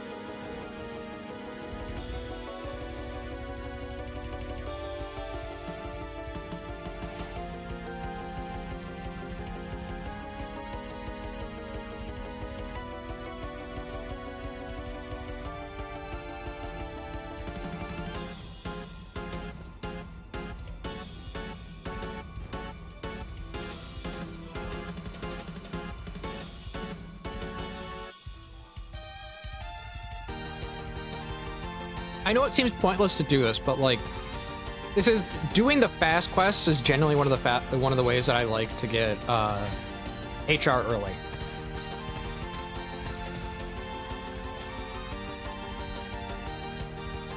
Plus, it sets me up for anything needed for crafting purposes, which is useful.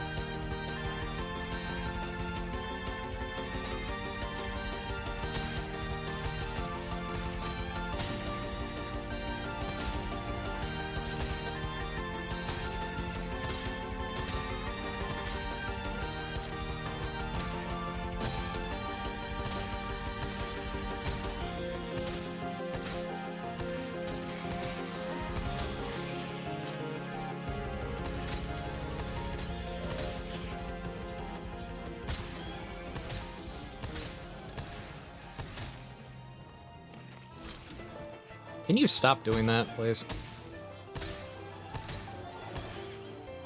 Thank you.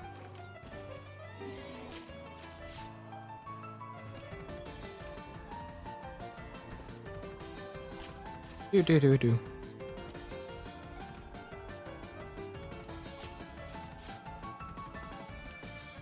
See, there's some stuff for crafting that I need that I want to have because the amulet I plan on running most of the time, or charm in this case, is going to be the attack charm.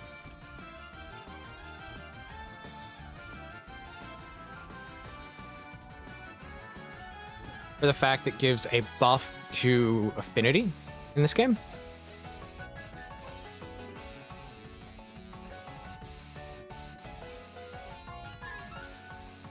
And that buff to affinity is very useful.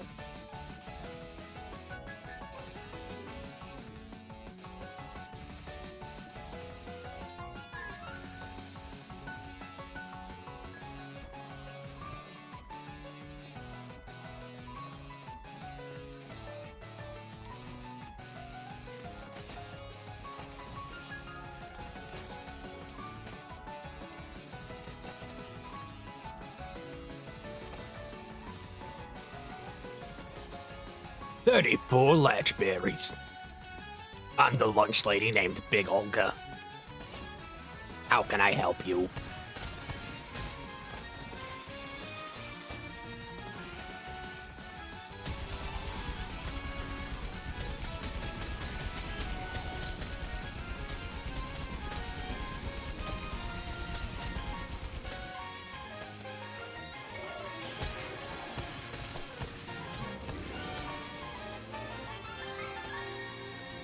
Oh, that was fast.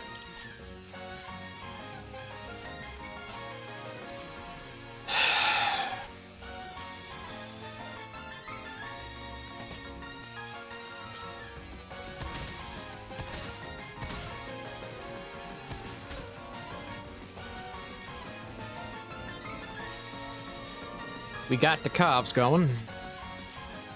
Got the cobs going. Wow, I didn't even mean to slip into the Brooklyn accent. I just did. Calves. We got the calves. The what? The calves? The calves. I didn't even mean to slip into it.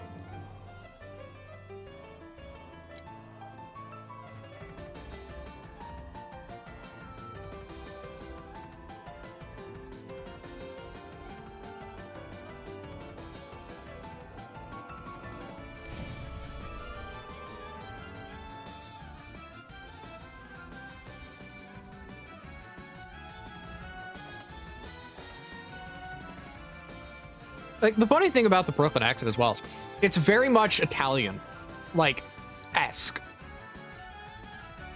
But the thing about it is, it's not just Italian. It's like almost if like the Brooklyn accent is very much a hybrid between Italian and North American, like Mid East. It's very much one of those weird situations to where it has its own distinct origins.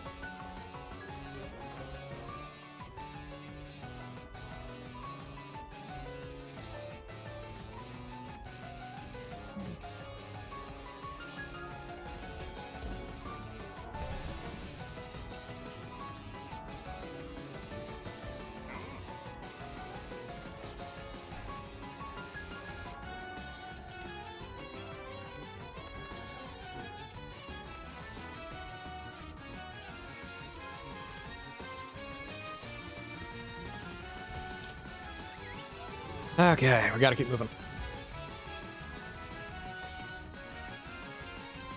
We got my coffee. We got a sub. Let's do this. I'm here to kick butt and chew bubblegum. And I'm all out of bubblegum. Oh yeah. Okay, that sounded like Snake. Metal Gear.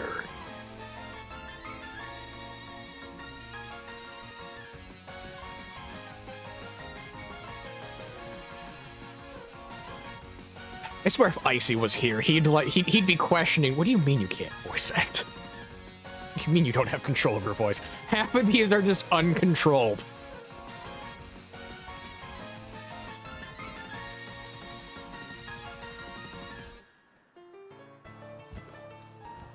Like, the majority of the random voices that come out of my mouth are just like entirely uncontrolled, and they just happen once I think of something.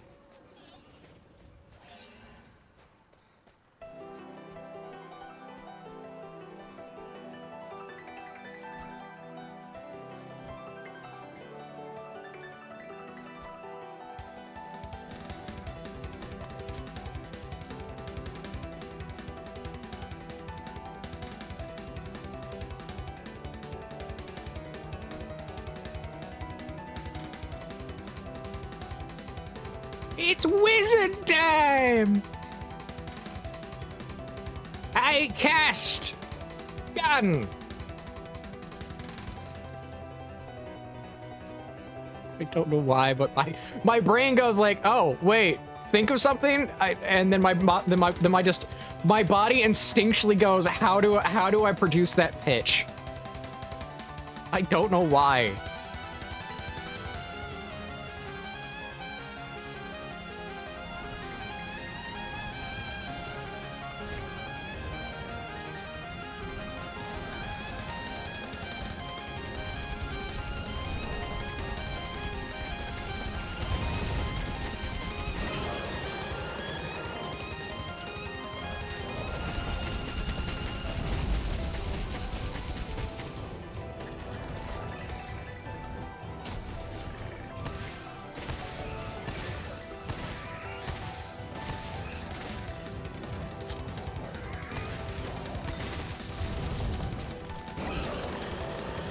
Okay.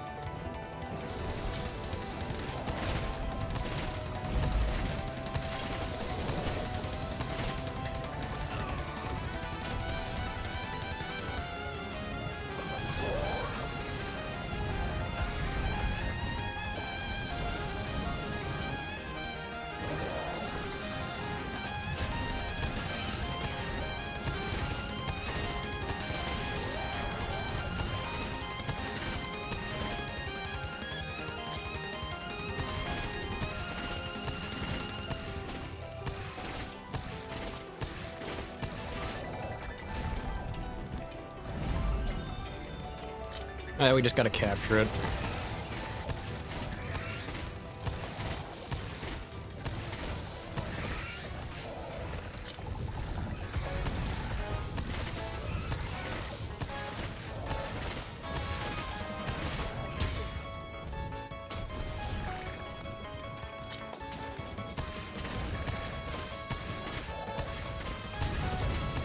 And the thing is, like, a lot of the time, I don't do the weird... My body just instinctively doesn't do the accents when I'm talking to others type of thing.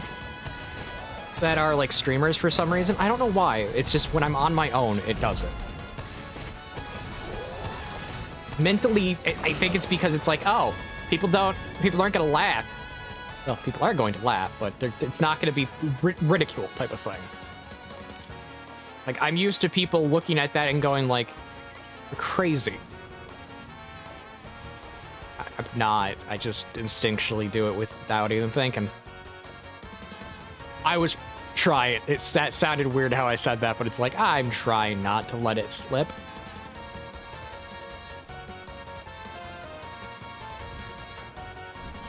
Oh, look, it's Legania. Did it? It happened again.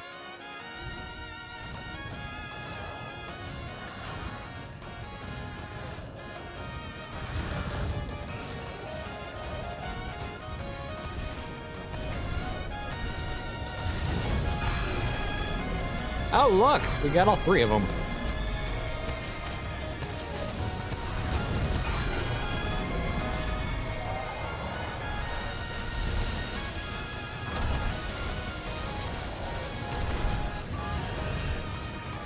Oh, that thing got thrown.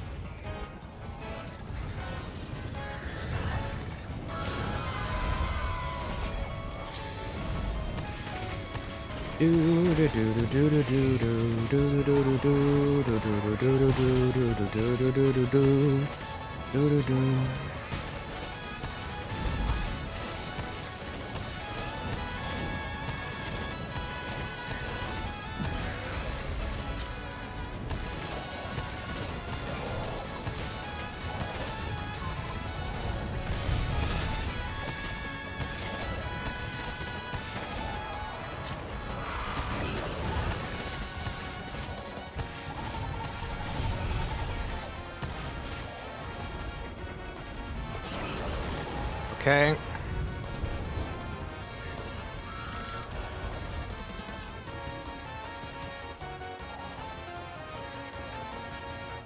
Still not injured enough.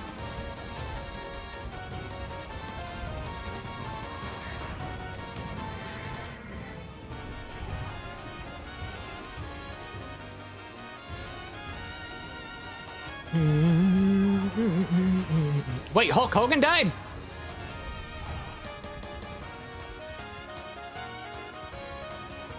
Hulk Hogan died? When was this? When was this? Because I'm just now finding this out.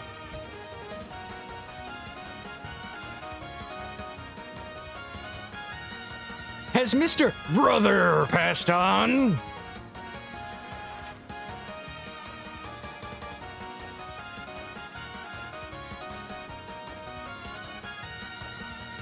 Because if so, that's sad. Dang. So, not just Ozzy Osbourne, but Hulk Hogan as well? Dang. It's kind of depressing.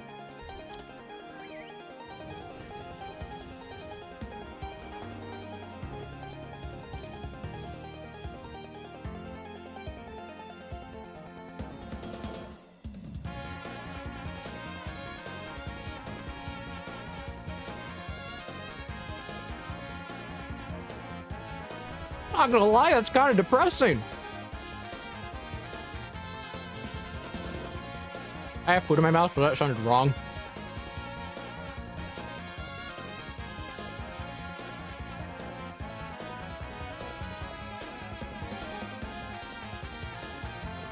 We're losing all the legends right now.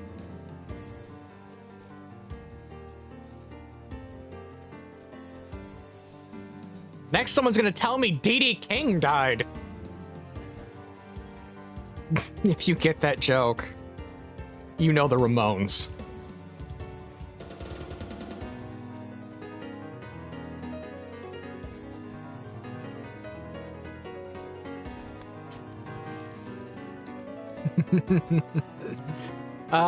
Dee Ramone became Dee King and put out a rap album.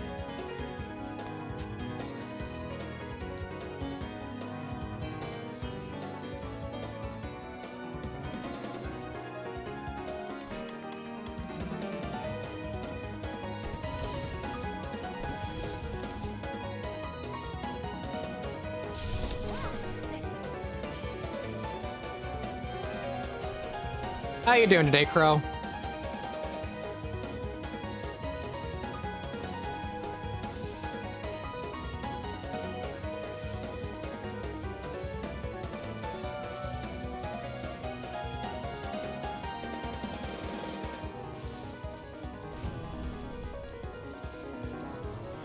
Oh no, I'm petting a Pikachu. Malcolm Jamal? I do not know who that is.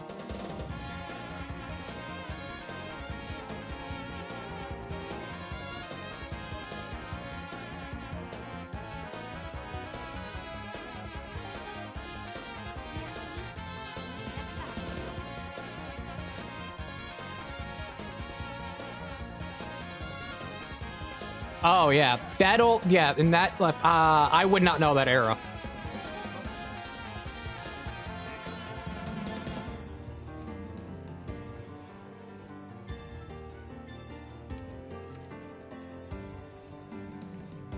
I didn't, with my grandmother, it wasn't very much like The Cosby Show. It was we more or less watched The Golden Girls. I'm not joking. I'm a weirdo. I think everyone should figure this out. I'm kind of weird.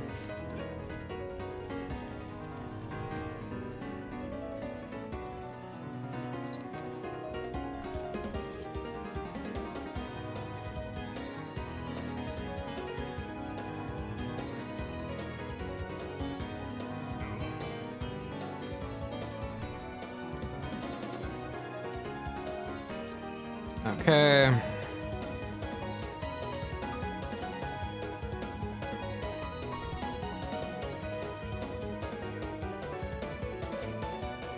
I don't know Annie Burke. Hey.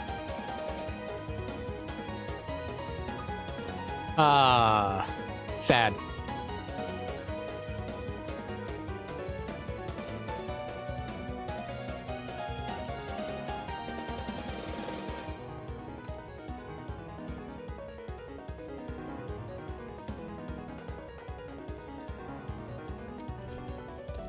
Let's do this. Let's do royal relocation.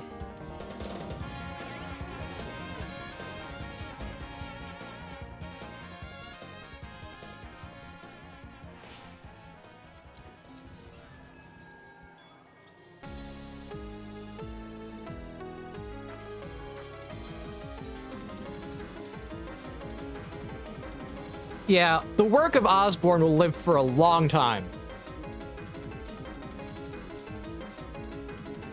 Now, Hulk Hogan, it'll live for a good 20, 30 years.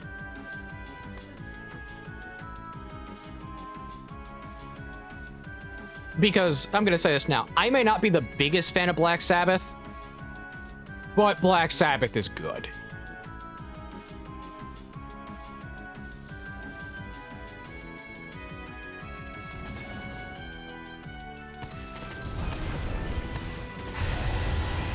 I am more preferential to Alice Cooper and the work he does, but I always know Ozzy Osbourne's era of Black Sabbath for a reason.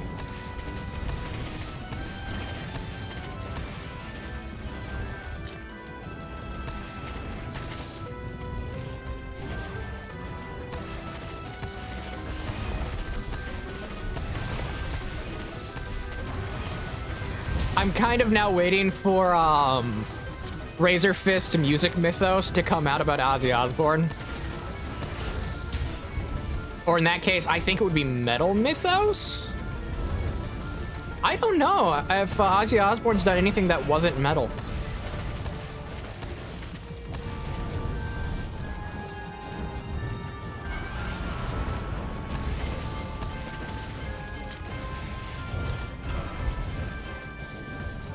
Because it's kind of like Alice Cooper, where Alice Cooper did literally everything. At one point, he sang the blues, which was really funny because that was his cocaine era. Yeah, cocaine Alice Cooper was kind of crazy.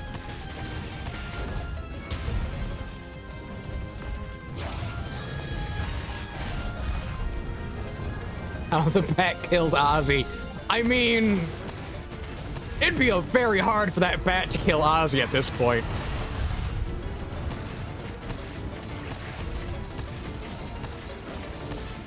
But he is really lucky he didn't contract any diseases when he literally bit the head off a bat.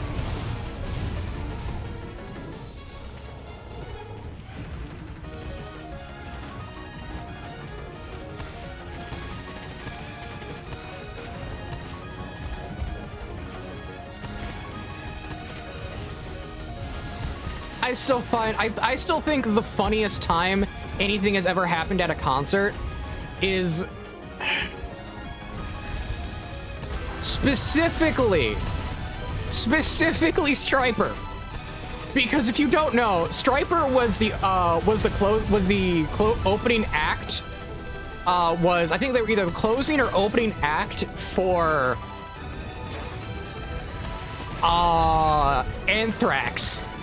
And if you don't know who Striper is, Striper's a Christian rock band. Or actually, no, Christian metal. Yeah, that's actually a good way to put it. Because they helped invent power metal. But they opened for Anthrax. So when you have a band coming out saying Jesus is the way, and then Anthrax goes on, I'm sorry, that's just funny. And it's even funnier because, like, Striper was throwing Bibles into the crowd when they played before Anthrax, and what happened is the crowd started throwing the Bibles back, and then they started throwing, and then Striper started throwing the Bibles back. It is genuinely one of the funniest things ever. And it's kind of like a wholesome funny when you think about it.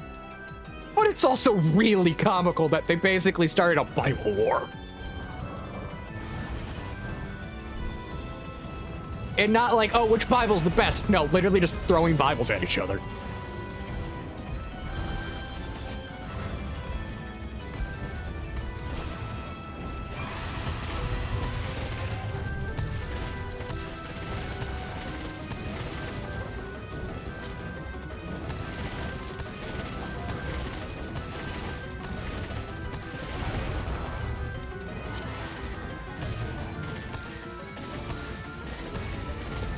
I'm getting all of the optional missions done that I can right now, because I want to get to HR 50.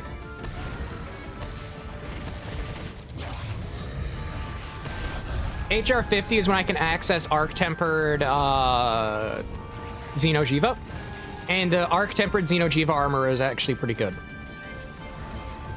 It's a lot better compared to the base Xeno'jiiva.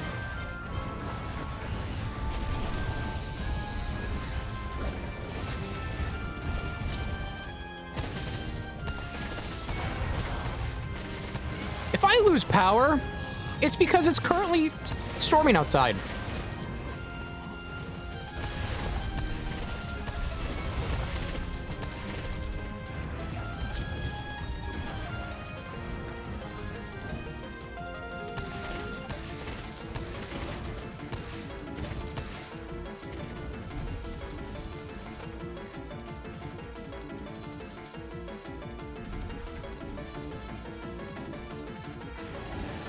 Trying to get Teostra and Raging Bracky. Yeah. That's a good set to go. That's a good mixture to go with if you're running just about most things. In my case, I need armor that'll set me up for spare shot. So my end game is going to be a mixture of Gold Wrath and Nargacuga.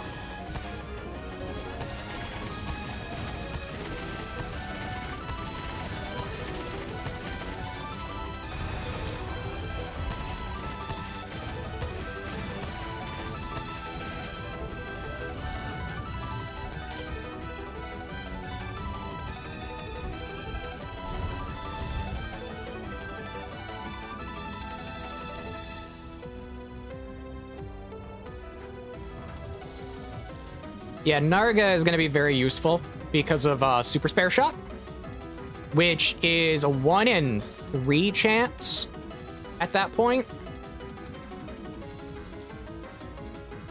Compared to the, I think, 30. No, it's 15% on base and then 30 on with Narga. And then run Gold Wrath, particularly for enhanced Divine Protection.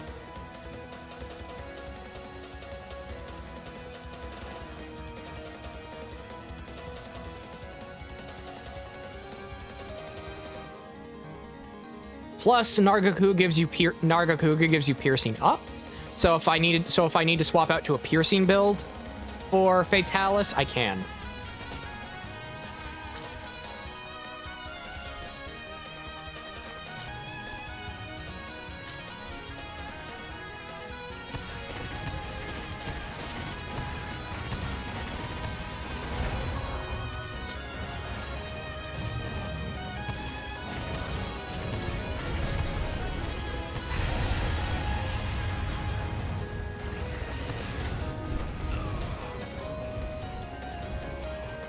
In most cases, I'll probably try to I will try to make this the spread build work for Fatalis. It's just a matter of getting the decos and have fun getting to spread 3. I think it's like a point either it's either a 0.25 or it's 0.75.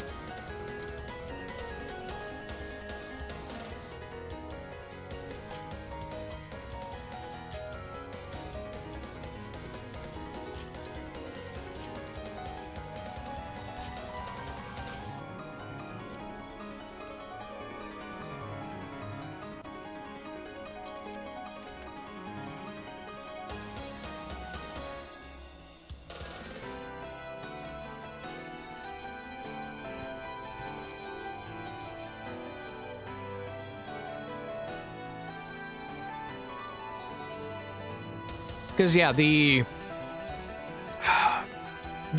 decoration ratios for this game is terrible. I was talking about that earlier.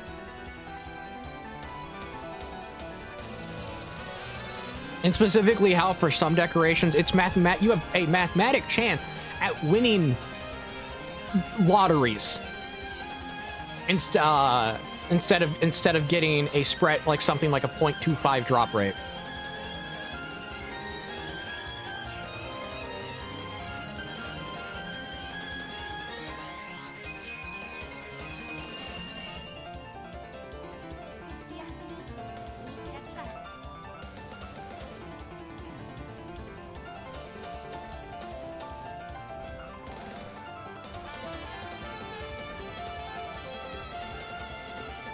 This is why to simply rehash what I said earlier, my thing with decorations is Frontier did the best, I think, in the iteration of decorations. Now, Operator could probably say different, but I personally find the way Frontier did it the best option, which is some decorations were locked to missions, but you knew exactly what mission you had to go to if you looked it up. Some decorations were locked behind equipment crafting, which the equipment could then be turned into a decoration, which wasn't random. It was the specific skills of that armor piece put into a really good decoration as a reward for crafting, upgrading, and then turning into the decoration. And then you had the third option, which was direct craft of decorations, using materials farmed from monsters and materials farmed from missions. That, I think, is the best method on how you do decorations, because for the random ones, it's not, oh, just random chance throughout the entire game. It's random chance on a set item pool. For the crafted armor ones, you're getting the armor's unique skills. You're getting the armor's skills, main skills, in a decoration. That could be slotted into any decoration slot as long as it's the proper one. The direct crafting of decorations fixes the issue of things like, well, you need a resist, you can just craft a resist. You need Health up, you can craft health up. You want dodge evasion? Go craft a dodge evasion. I think that is the better option. I know some people would look at me and say, no, it isn't. It takes away the fun and randomness of it. That randomness is basically gambling. You have a better chance at winning a slot machine on, winning big on a slot machine with 777s than you do actually with some decorations in less than 10 runs.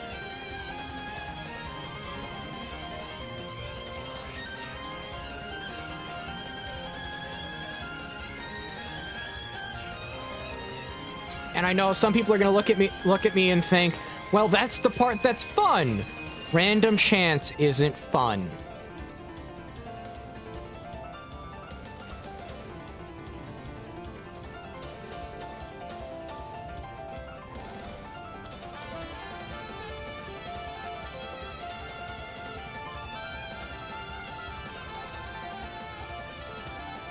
The game at this point, Wilds basically transcends everything and goes into pure randomness, which going pure random random number generator for everything is not a good option. Once they add charms, I'm gonna be honest, the random RNG you have to play around once they add randomized charms is 5 layers of RNG. If you have 5 layers of random number generation for items and equipment in a game, I am sorry, that is a poorly designed system.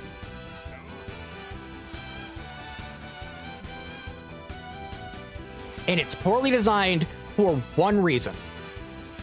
If your entire system is using randomness as a means to keep players there, it is not and it's not a roguelike.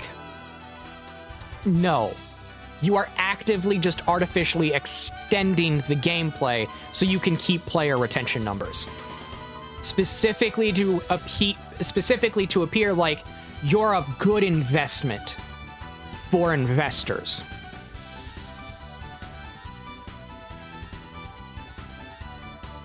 That's why they do that.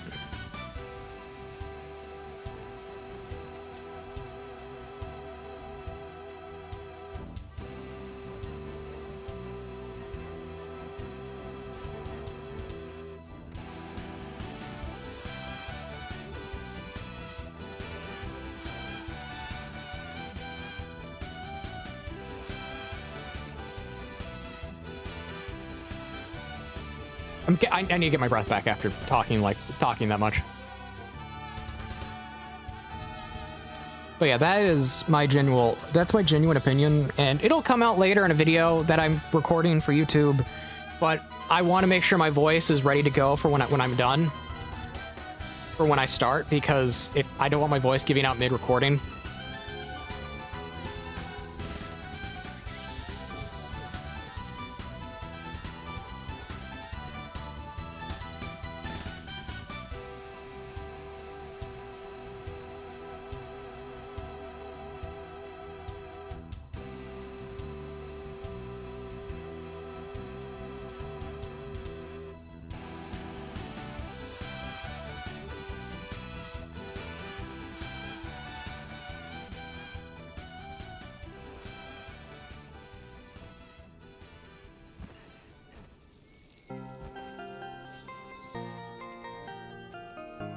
This is purely why it sounds weird, but I want an editor.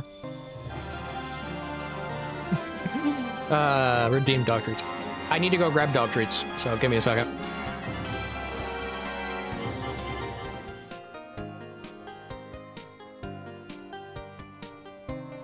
While I'm at it, I'll finish my sub.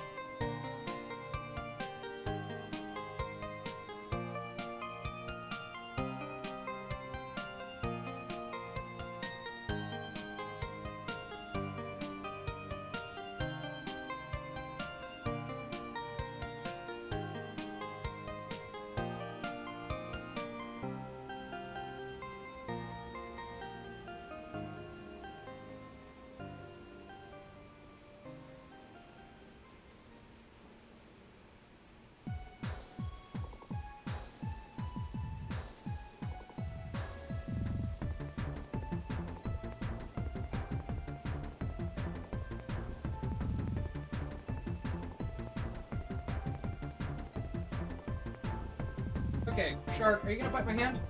Hey, hey, baby Shark.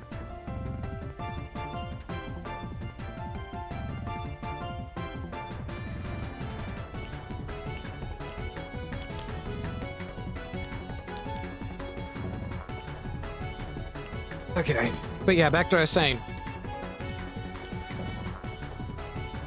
Part of the reason I want an editor is because I can have an editor go through the live streams and just find what would make sense for a video, cut it together, do a thumbnail, and just put it out. So I could have daily uploads.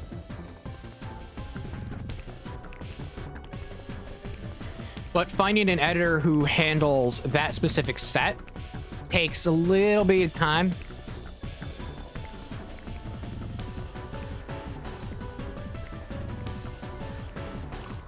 And in many cases, you're paying that editor about full time.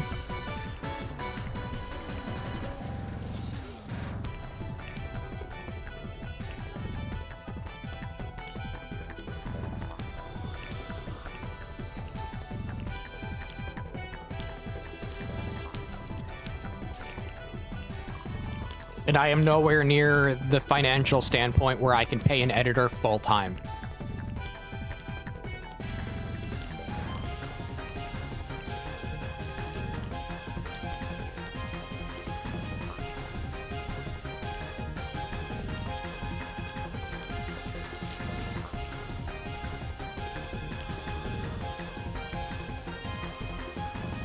Just opening all these up.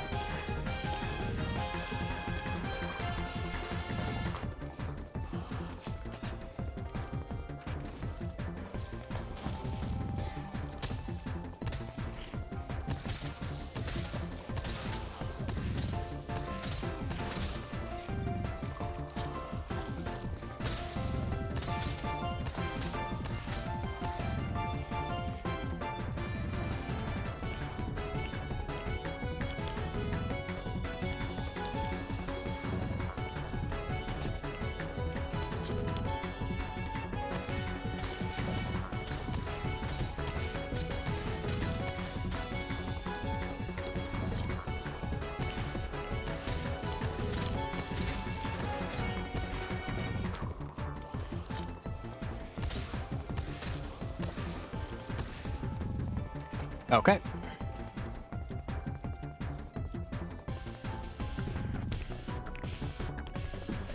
And we move.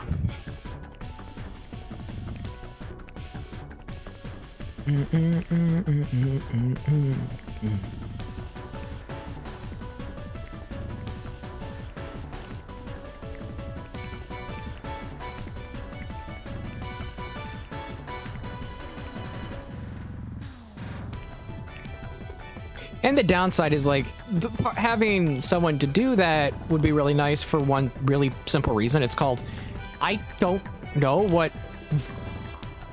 people find funny, and having a second pair of eyes on it would be beneficial.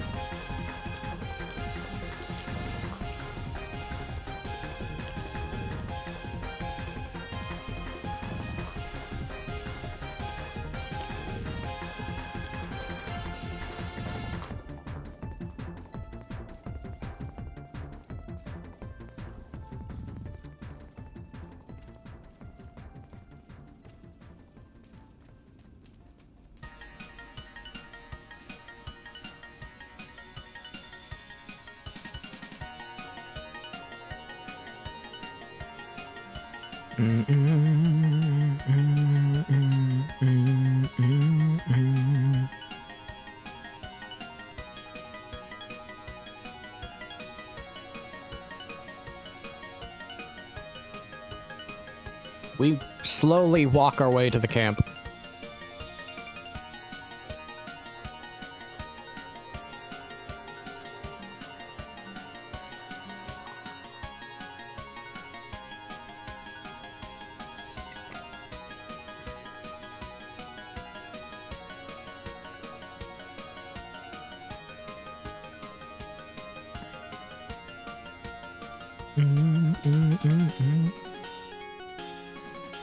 Ah, this is actually a good song, I'm gonna be honest.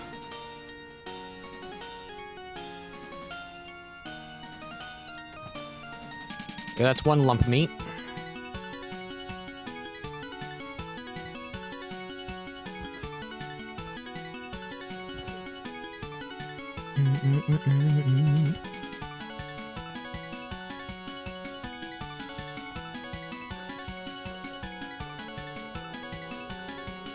Let's go get the second one and call this mission done.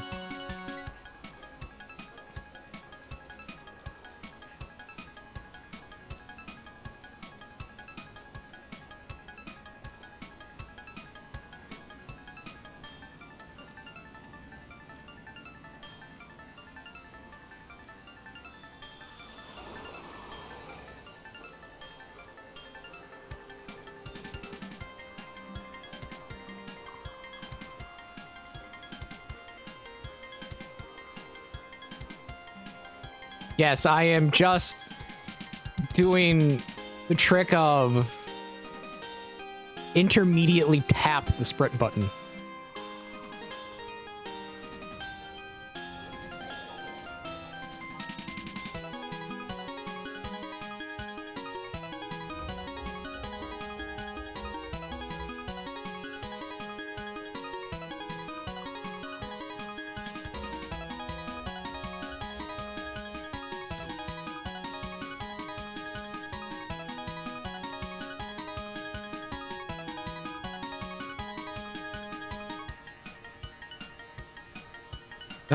This one's done.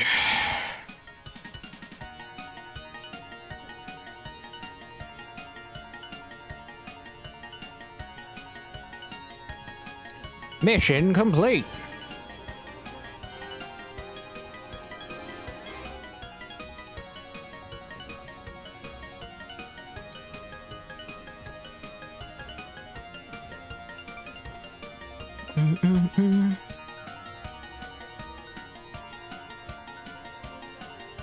I should be somewhere in the 20s now for my rank.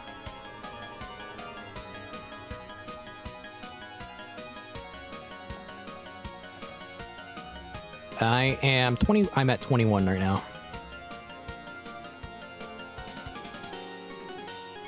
And having all of these options for food is very useful.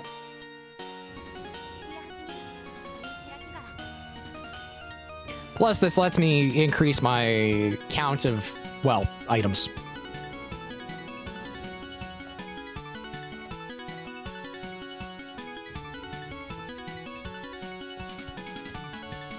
Waiting to talk.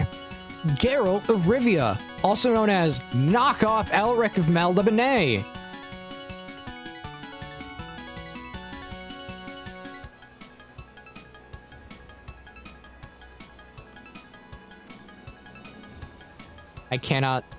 I understand people like The Witcher, but man, I cannot stand it.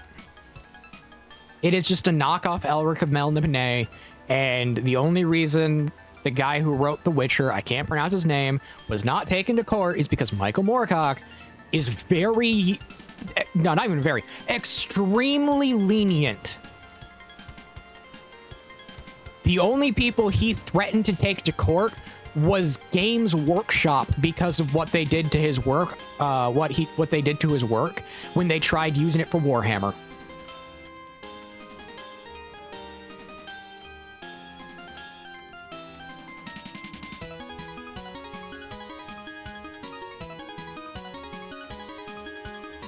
That is the only time he ever threatened a lawsuit.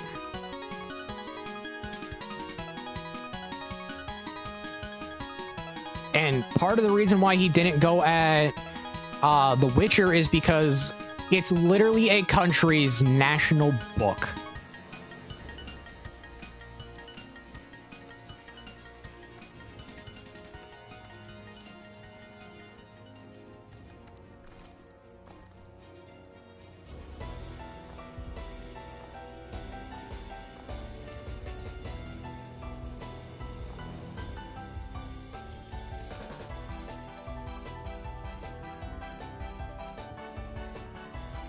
Do do do do do do do do do.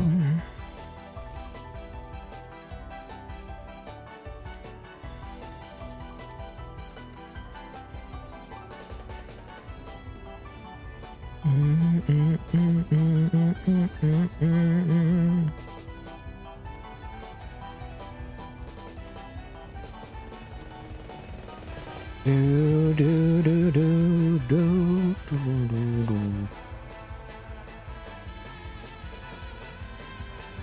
On a wrath and a wrath, defining power couple.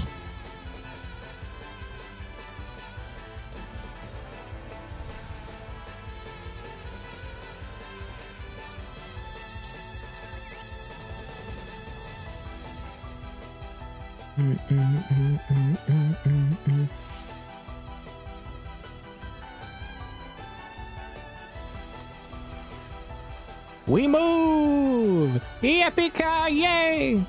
It's wizard time! I'm not gonna do that.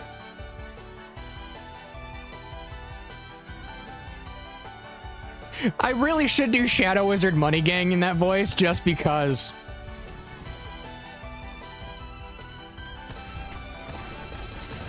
It'd be really funny. It's Shadow Wizard Money Gang time!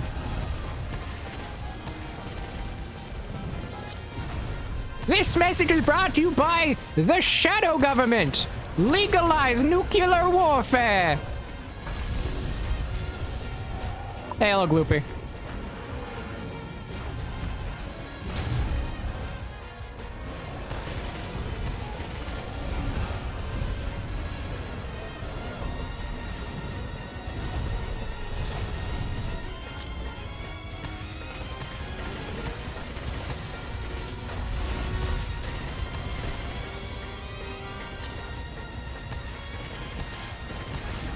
Yeah, I broke something. I don't know what I broke, but I broke something.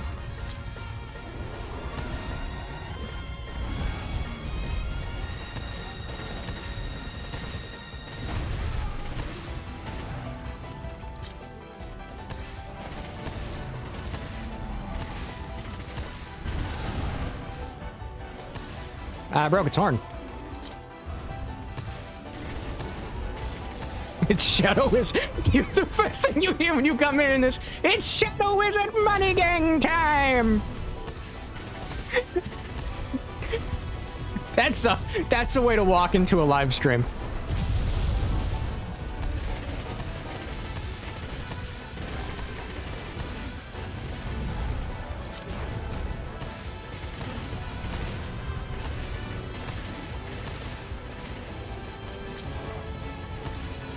That's a way you walk into a live stream.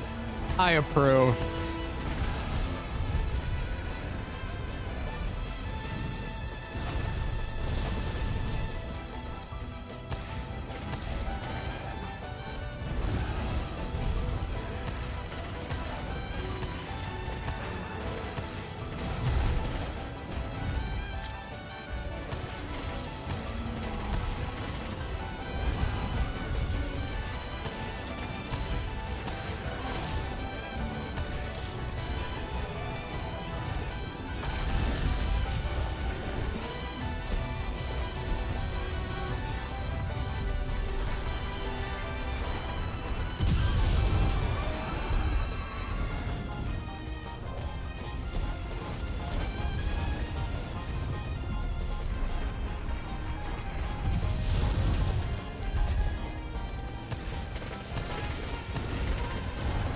Be fair, I've walked into I've clicked onto live streams where it's just like, what are they talking about when I walk in? And it's really funny most of the time.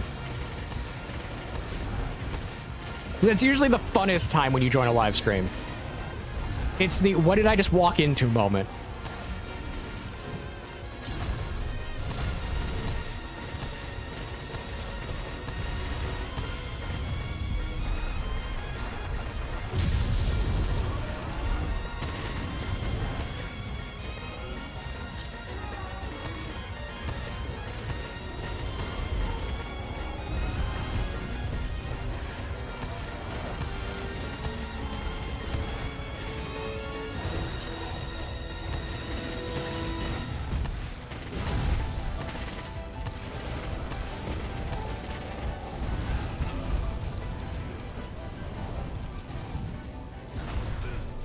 Oh, tail swipe. I just got tail swiped. Game, I can even move. How dare you?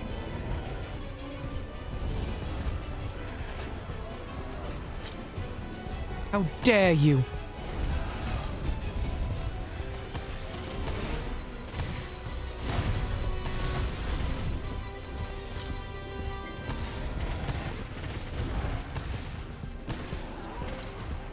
There we go.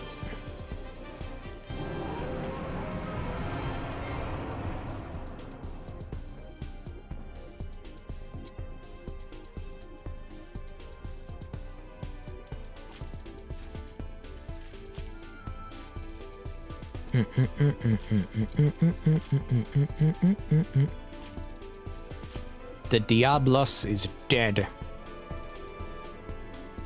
I took its tail. Gonna chop it off, use it as a hammer. I really would love just a Diablos hammer that's just its tail. Like just how its tail looks. It'd be hilarious.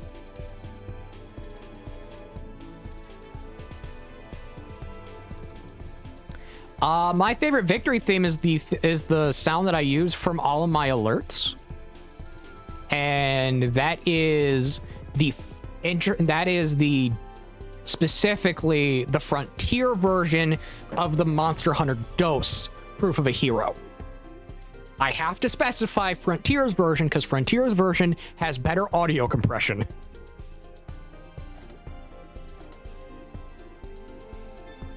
It does not sound as tinny as like the PS2 version.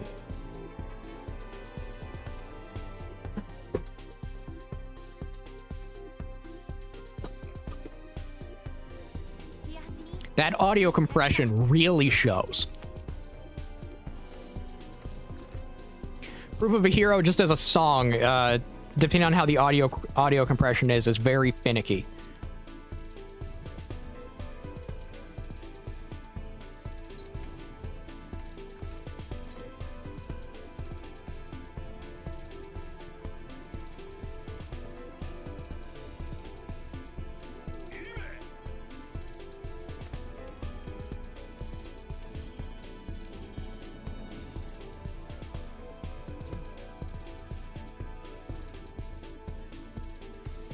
Okay.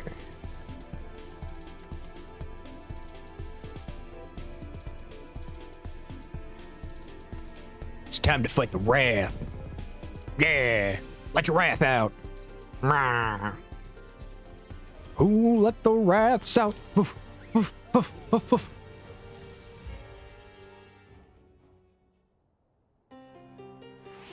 Actually, no, it would be, who let the wraths out? Roar, roar, roar, roar.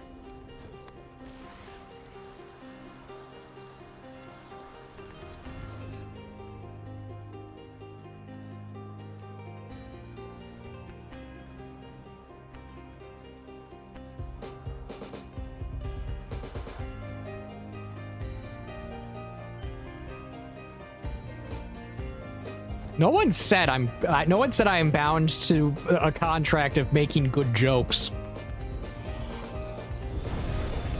Everyone here knows I make terrible ones, actually.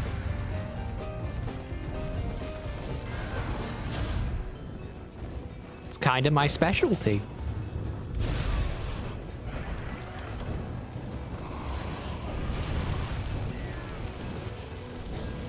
What was that?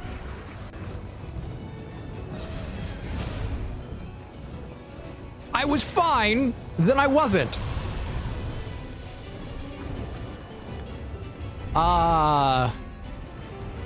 Half-ridge dog eater.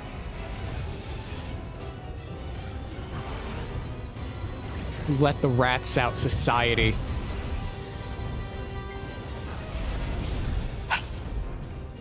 I mean, yes, that one makes sense. Who let the rats out society? Quote the Joker. I don't know how I got stunned there, because I was like, I'm fine, I'm fine. Wait, why did I get stunned?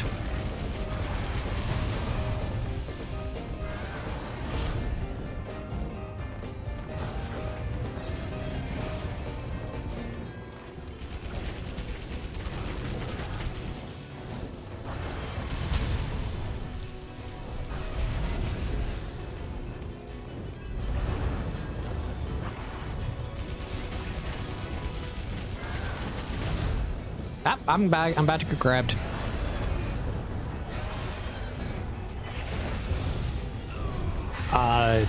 And thrown to a higher position.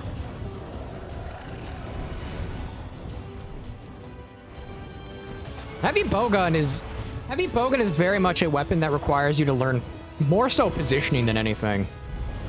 Because you live and die by the fact that you have things to mitigate damage.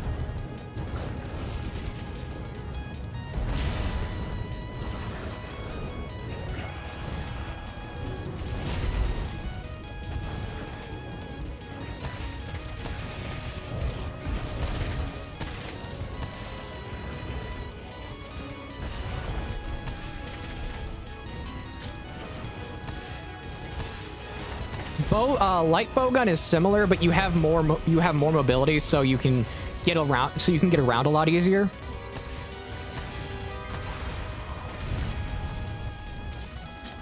But once you start getting into the heavier, slower weapons, it's very much a game of time to learn positioning.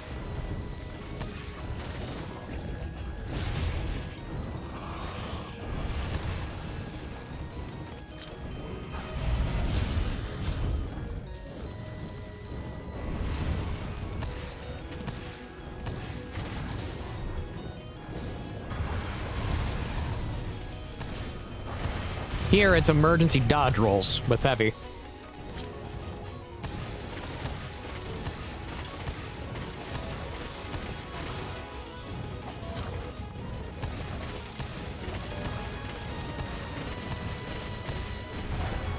Yeah, get stunned. While I reload. Because it takes forever.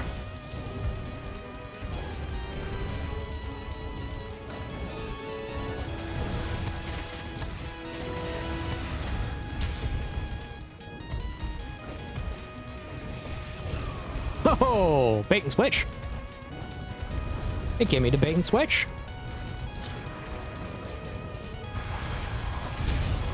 Sticky ammo is fun. I will give it that. It is very fun. Is it my preferred ammo? No, my preferred ammo is actually slicing, if anything.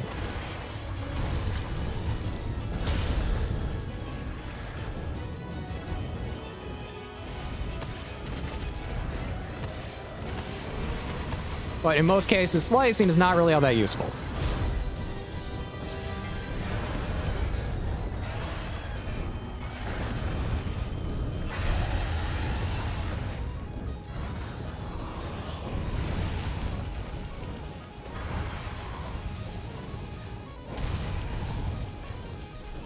Yeah, that's the downside of me liking slicing, is the fact that in this game, it has its uses.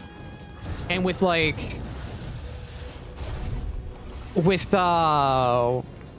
things like spare shot, it can be really useful to get a tail cut. I've got a tail cut on Xeno'jiiva before with it. But the downside is, because you're limited in mini bowguns to make it work, and there's no slicing up for damage value, so you kind of just work with what you got.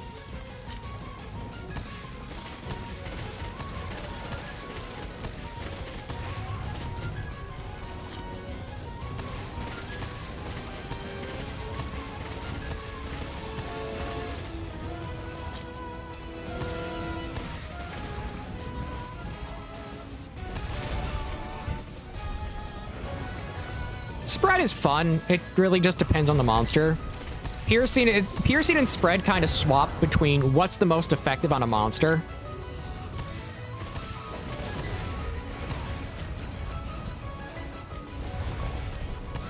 It's like right now, I should probably technically be using spread, but I'm not.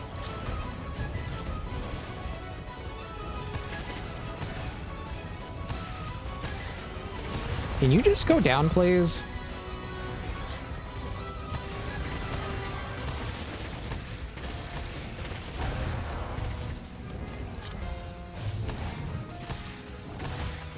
Can you die, please? I have broken multiple parts on your body, and you're just standing there like it's nothing. How dare you insult my majestic bowgun bullets?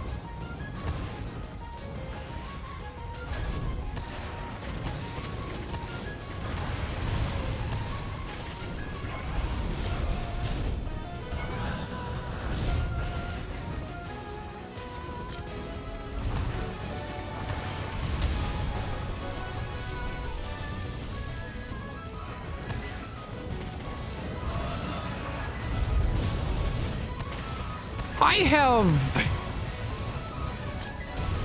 With longsword, I have a dueling opinion. Longsword as a weapon, really neat. Longsword as a weapon now, I have issues.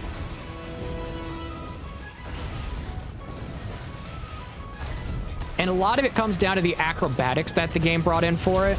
Things like helm splitter and variation stuff like that. I'm a fan of a basic longsword where there is no spirit levels. There's just the gauge that gives you the improved attacks.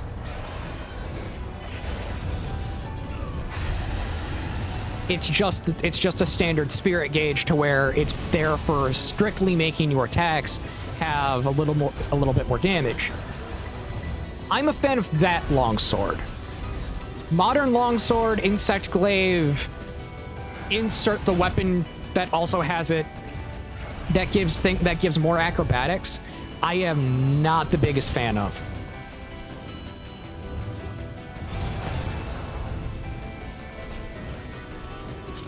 Because I want a much more restrictive combat that was like the classic games.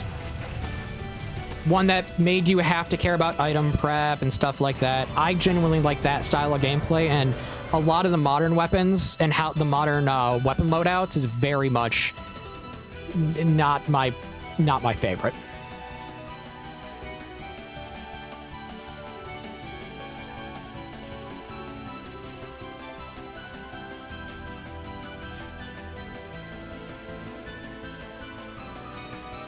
And I genuinely think that's the path.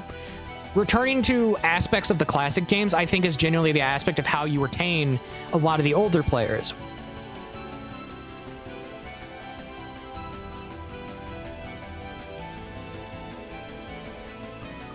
And this game's gonna live and die by how its player retention looks. Eventually, something's gonna come along and just and take away a lot of the fan base who is still playing because it's Monster Hunter. Once you have a game come along that plays like a hybrid between the modern games with how the good aspects of streamlining were done, with the friction needed from the classic games, I genuinely think that will take a large part of the fan base away. Now, when a game like that will come out, I don't know. Will it ever come out? I don't know.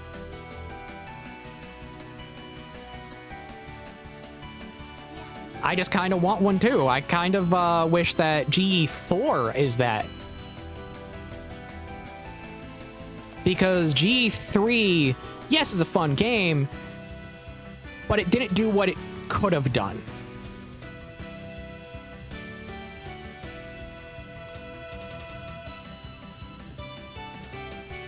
There is very much no aspects of the classics in Wild. It is very much a game that's meant for new players and really new players focused. If they tried to make it a hybrid between the classic era of 4U and B4 with the modern era of I was going to say 5E, with 5th generation onward, they failed. It's not a, oh, well, this can be, no, it's not, oh, this can be improved, this can be improved. It's a, they failed at that, if that was their motive.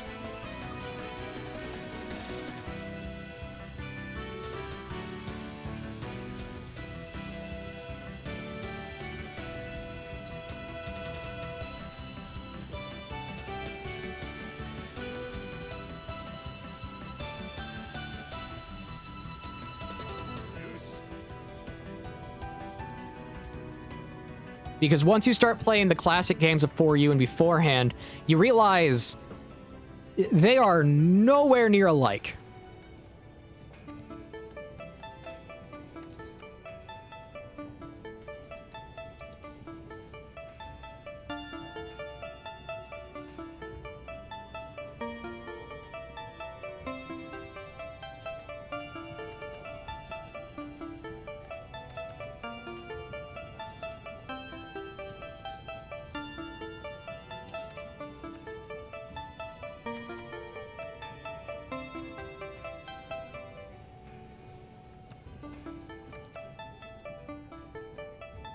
That's the Lagania stuff.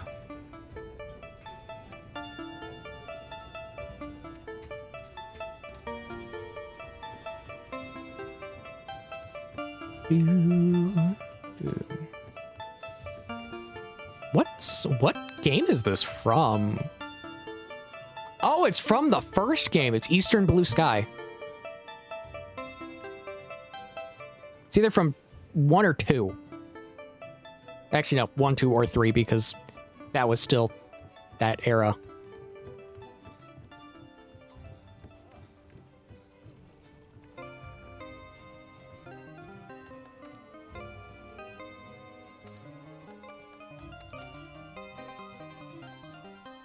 Let's hunt a Lagania. Let's name it Steve.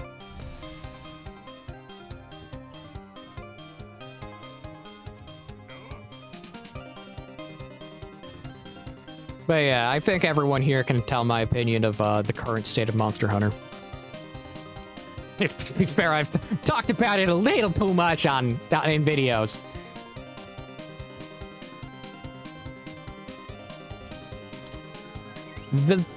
The next video is going to be the last one where I harp on modern gen Monster Hunter. I promise you, it will be the last one until Title Update 3.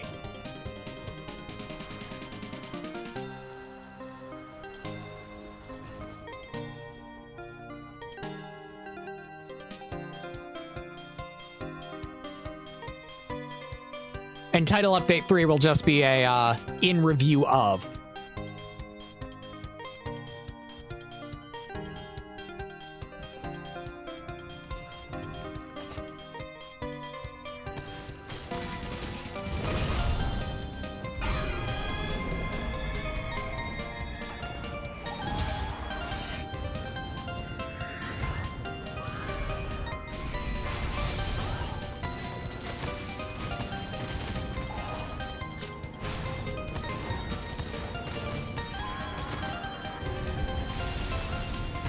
And if I don't like what I see for the title update at the reveal trailer, I might just not play it. Like, genuinely, that might happen.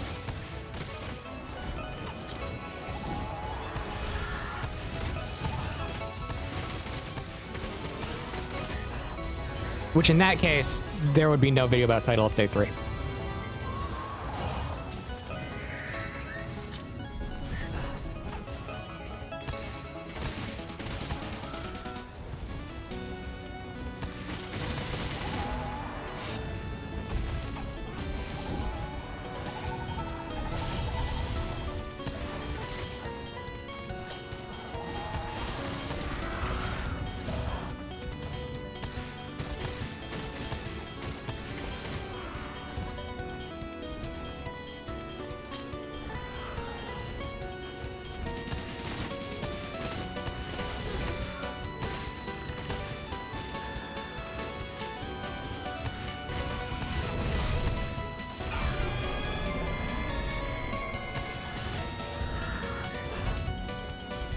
Because as much as I like playing these games, I'm gonna be honest, it's a slog to play the most recent one.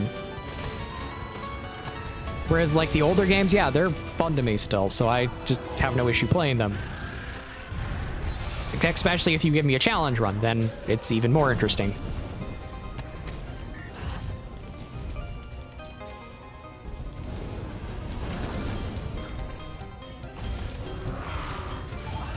Where even Wilds is like, even challenge running the thing is not really a challenge.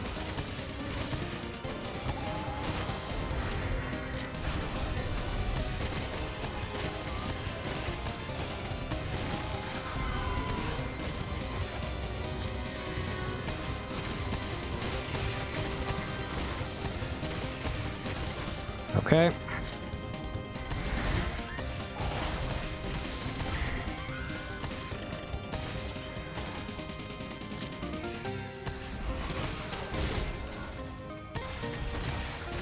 One wing down. It's a one-winged Lagania. If I defeat it, do I get a Keyblade?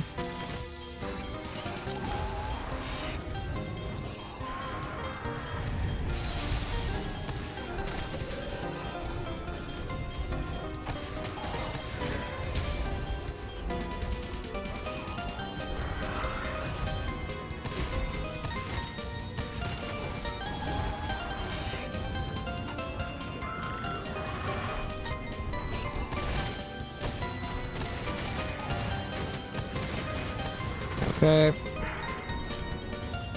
Should be nearing death.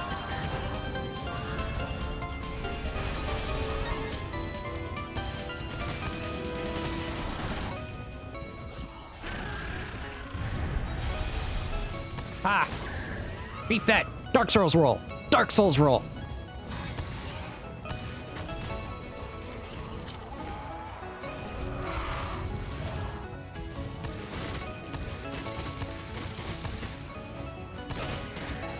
Dark Souls roll! Dodge roll! Parry!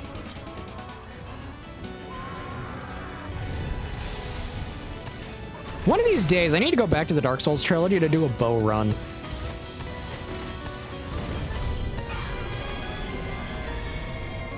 Thing is, I would have to do what I would have to do what I did before, which is run it on Convergence for Dark Souls 3 and Seekers of Fire for 2.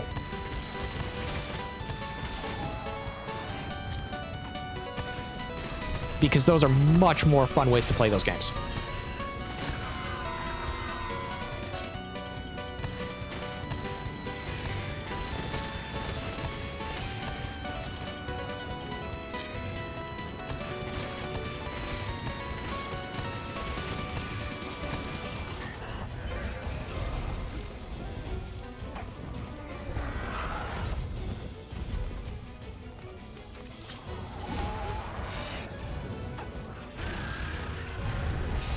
Oh no! I'm stunned! I can't get back up! It's my brain immediately went to this voice. I know what I must do. It's wizard time!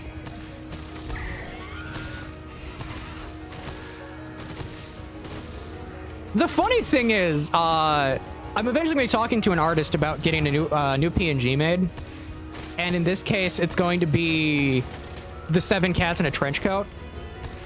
And I'm going to have a secondary version where the joke is Cat 7 is called Sappy. The Sappy the Enchantress. So it's going to be that moment of like, wait a minute. I can make its wizard time actually happen.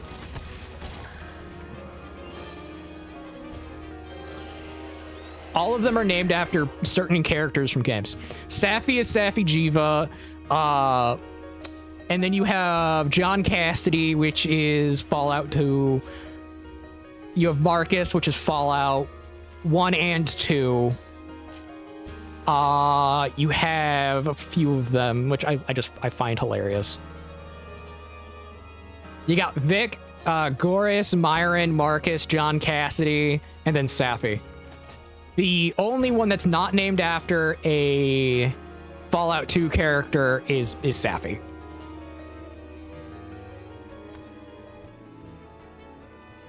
Why? Because I felt like it.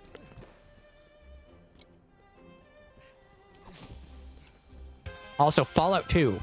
Good game. Great game, actually. I could turn an entire 4-hour stream into just Fallout 2. I'd be happy. And I could probably beat it by the hit of 4 hours.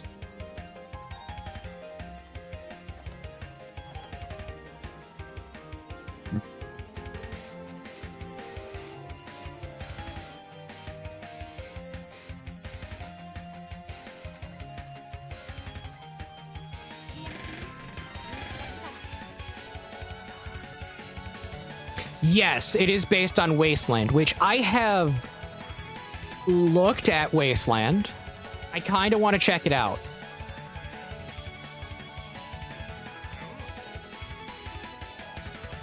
Because I know there's Wasteland 1, Wasteland 2, and Wasteland 3. I kind of want to try them. But I know if I do, and I do it on stream... Hint, I already know no one's going to show up because y'all want Monster Hunter. You don't want Fallout. You don't want Fallout. You don't want Wasteland. You don't want Octopath or Expedition 33. You want Monster Hunter, and I accept that.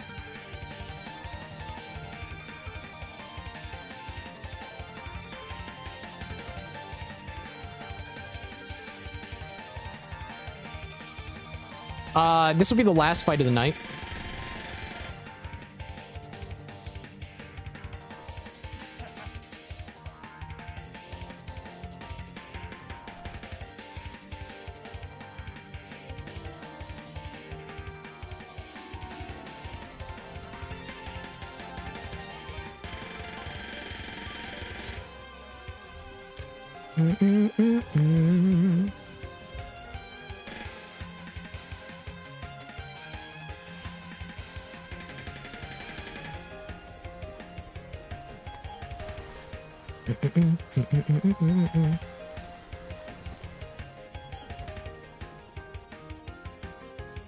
Okay, I got my piercing 3.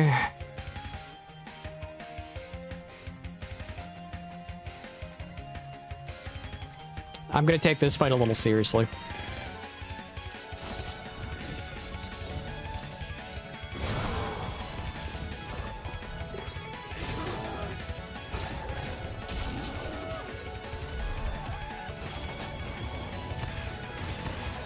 Gotta take this fight a little bit more seriously because it's Odo, and Odo has been the bane of my existence since I started this game.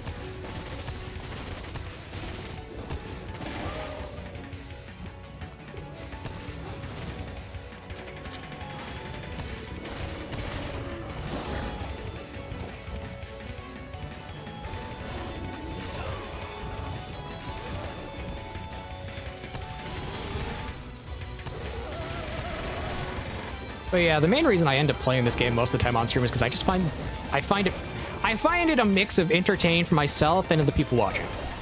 Now, if I wanted to play a game that I just found entertaining to myself, I'd be playing Expedition 33 again. I'd be starting the solo run. Actually, no, I'd be finishing out the pre-aim run and then starting a solo run.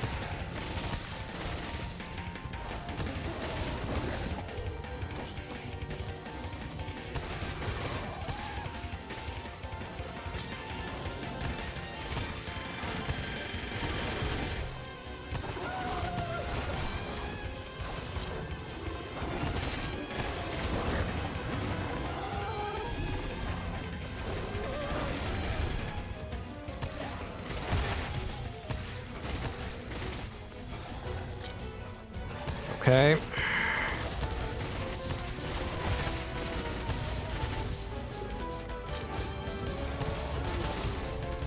Cool, I got that topple, which is strange, but I got it.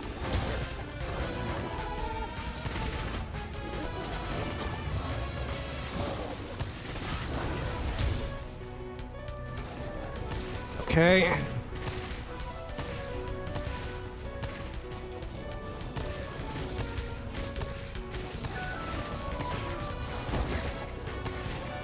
Okay, come on.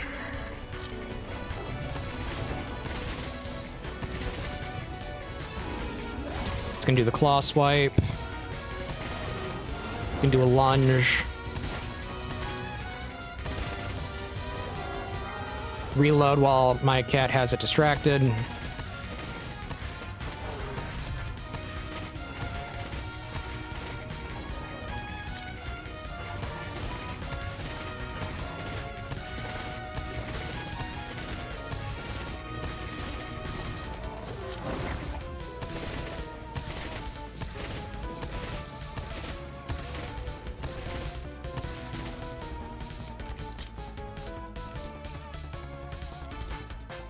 Okay, reload on that. Okay, piercing 3 did the job again. Piercing 3 is saving my butt.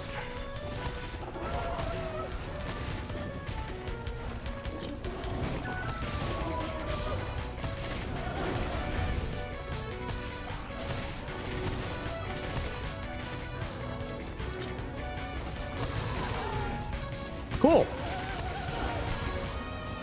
He's gonna do the lunge. I don't know how I avoided that, but I did.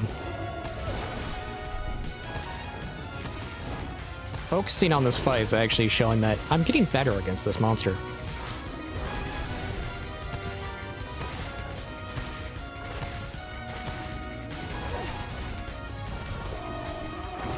That was my fault.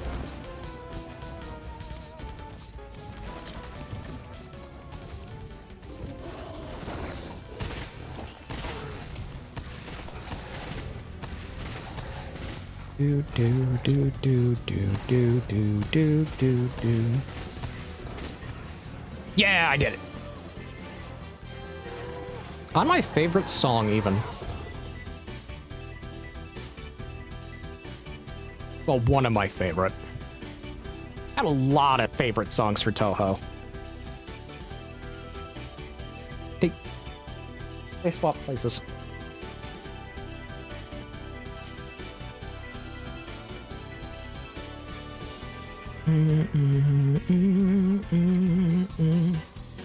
Okay, well that does what it needs to do. I'm going to type out a raid message and we're going to raid over to a friend.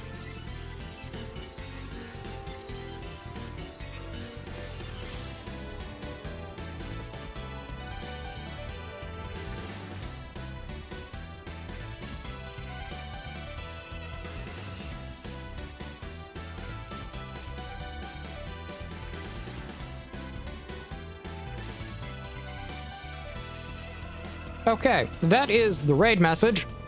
We are going to go raid over to a friend.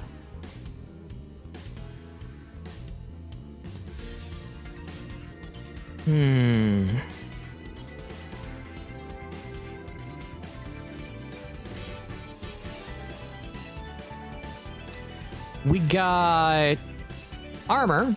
We got Rico, and we got Starberry.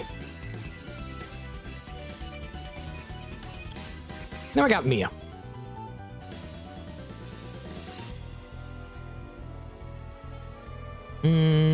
Let's go to... Well, we also have Joseph. Let's go to Joe. I haven't rated him a bit.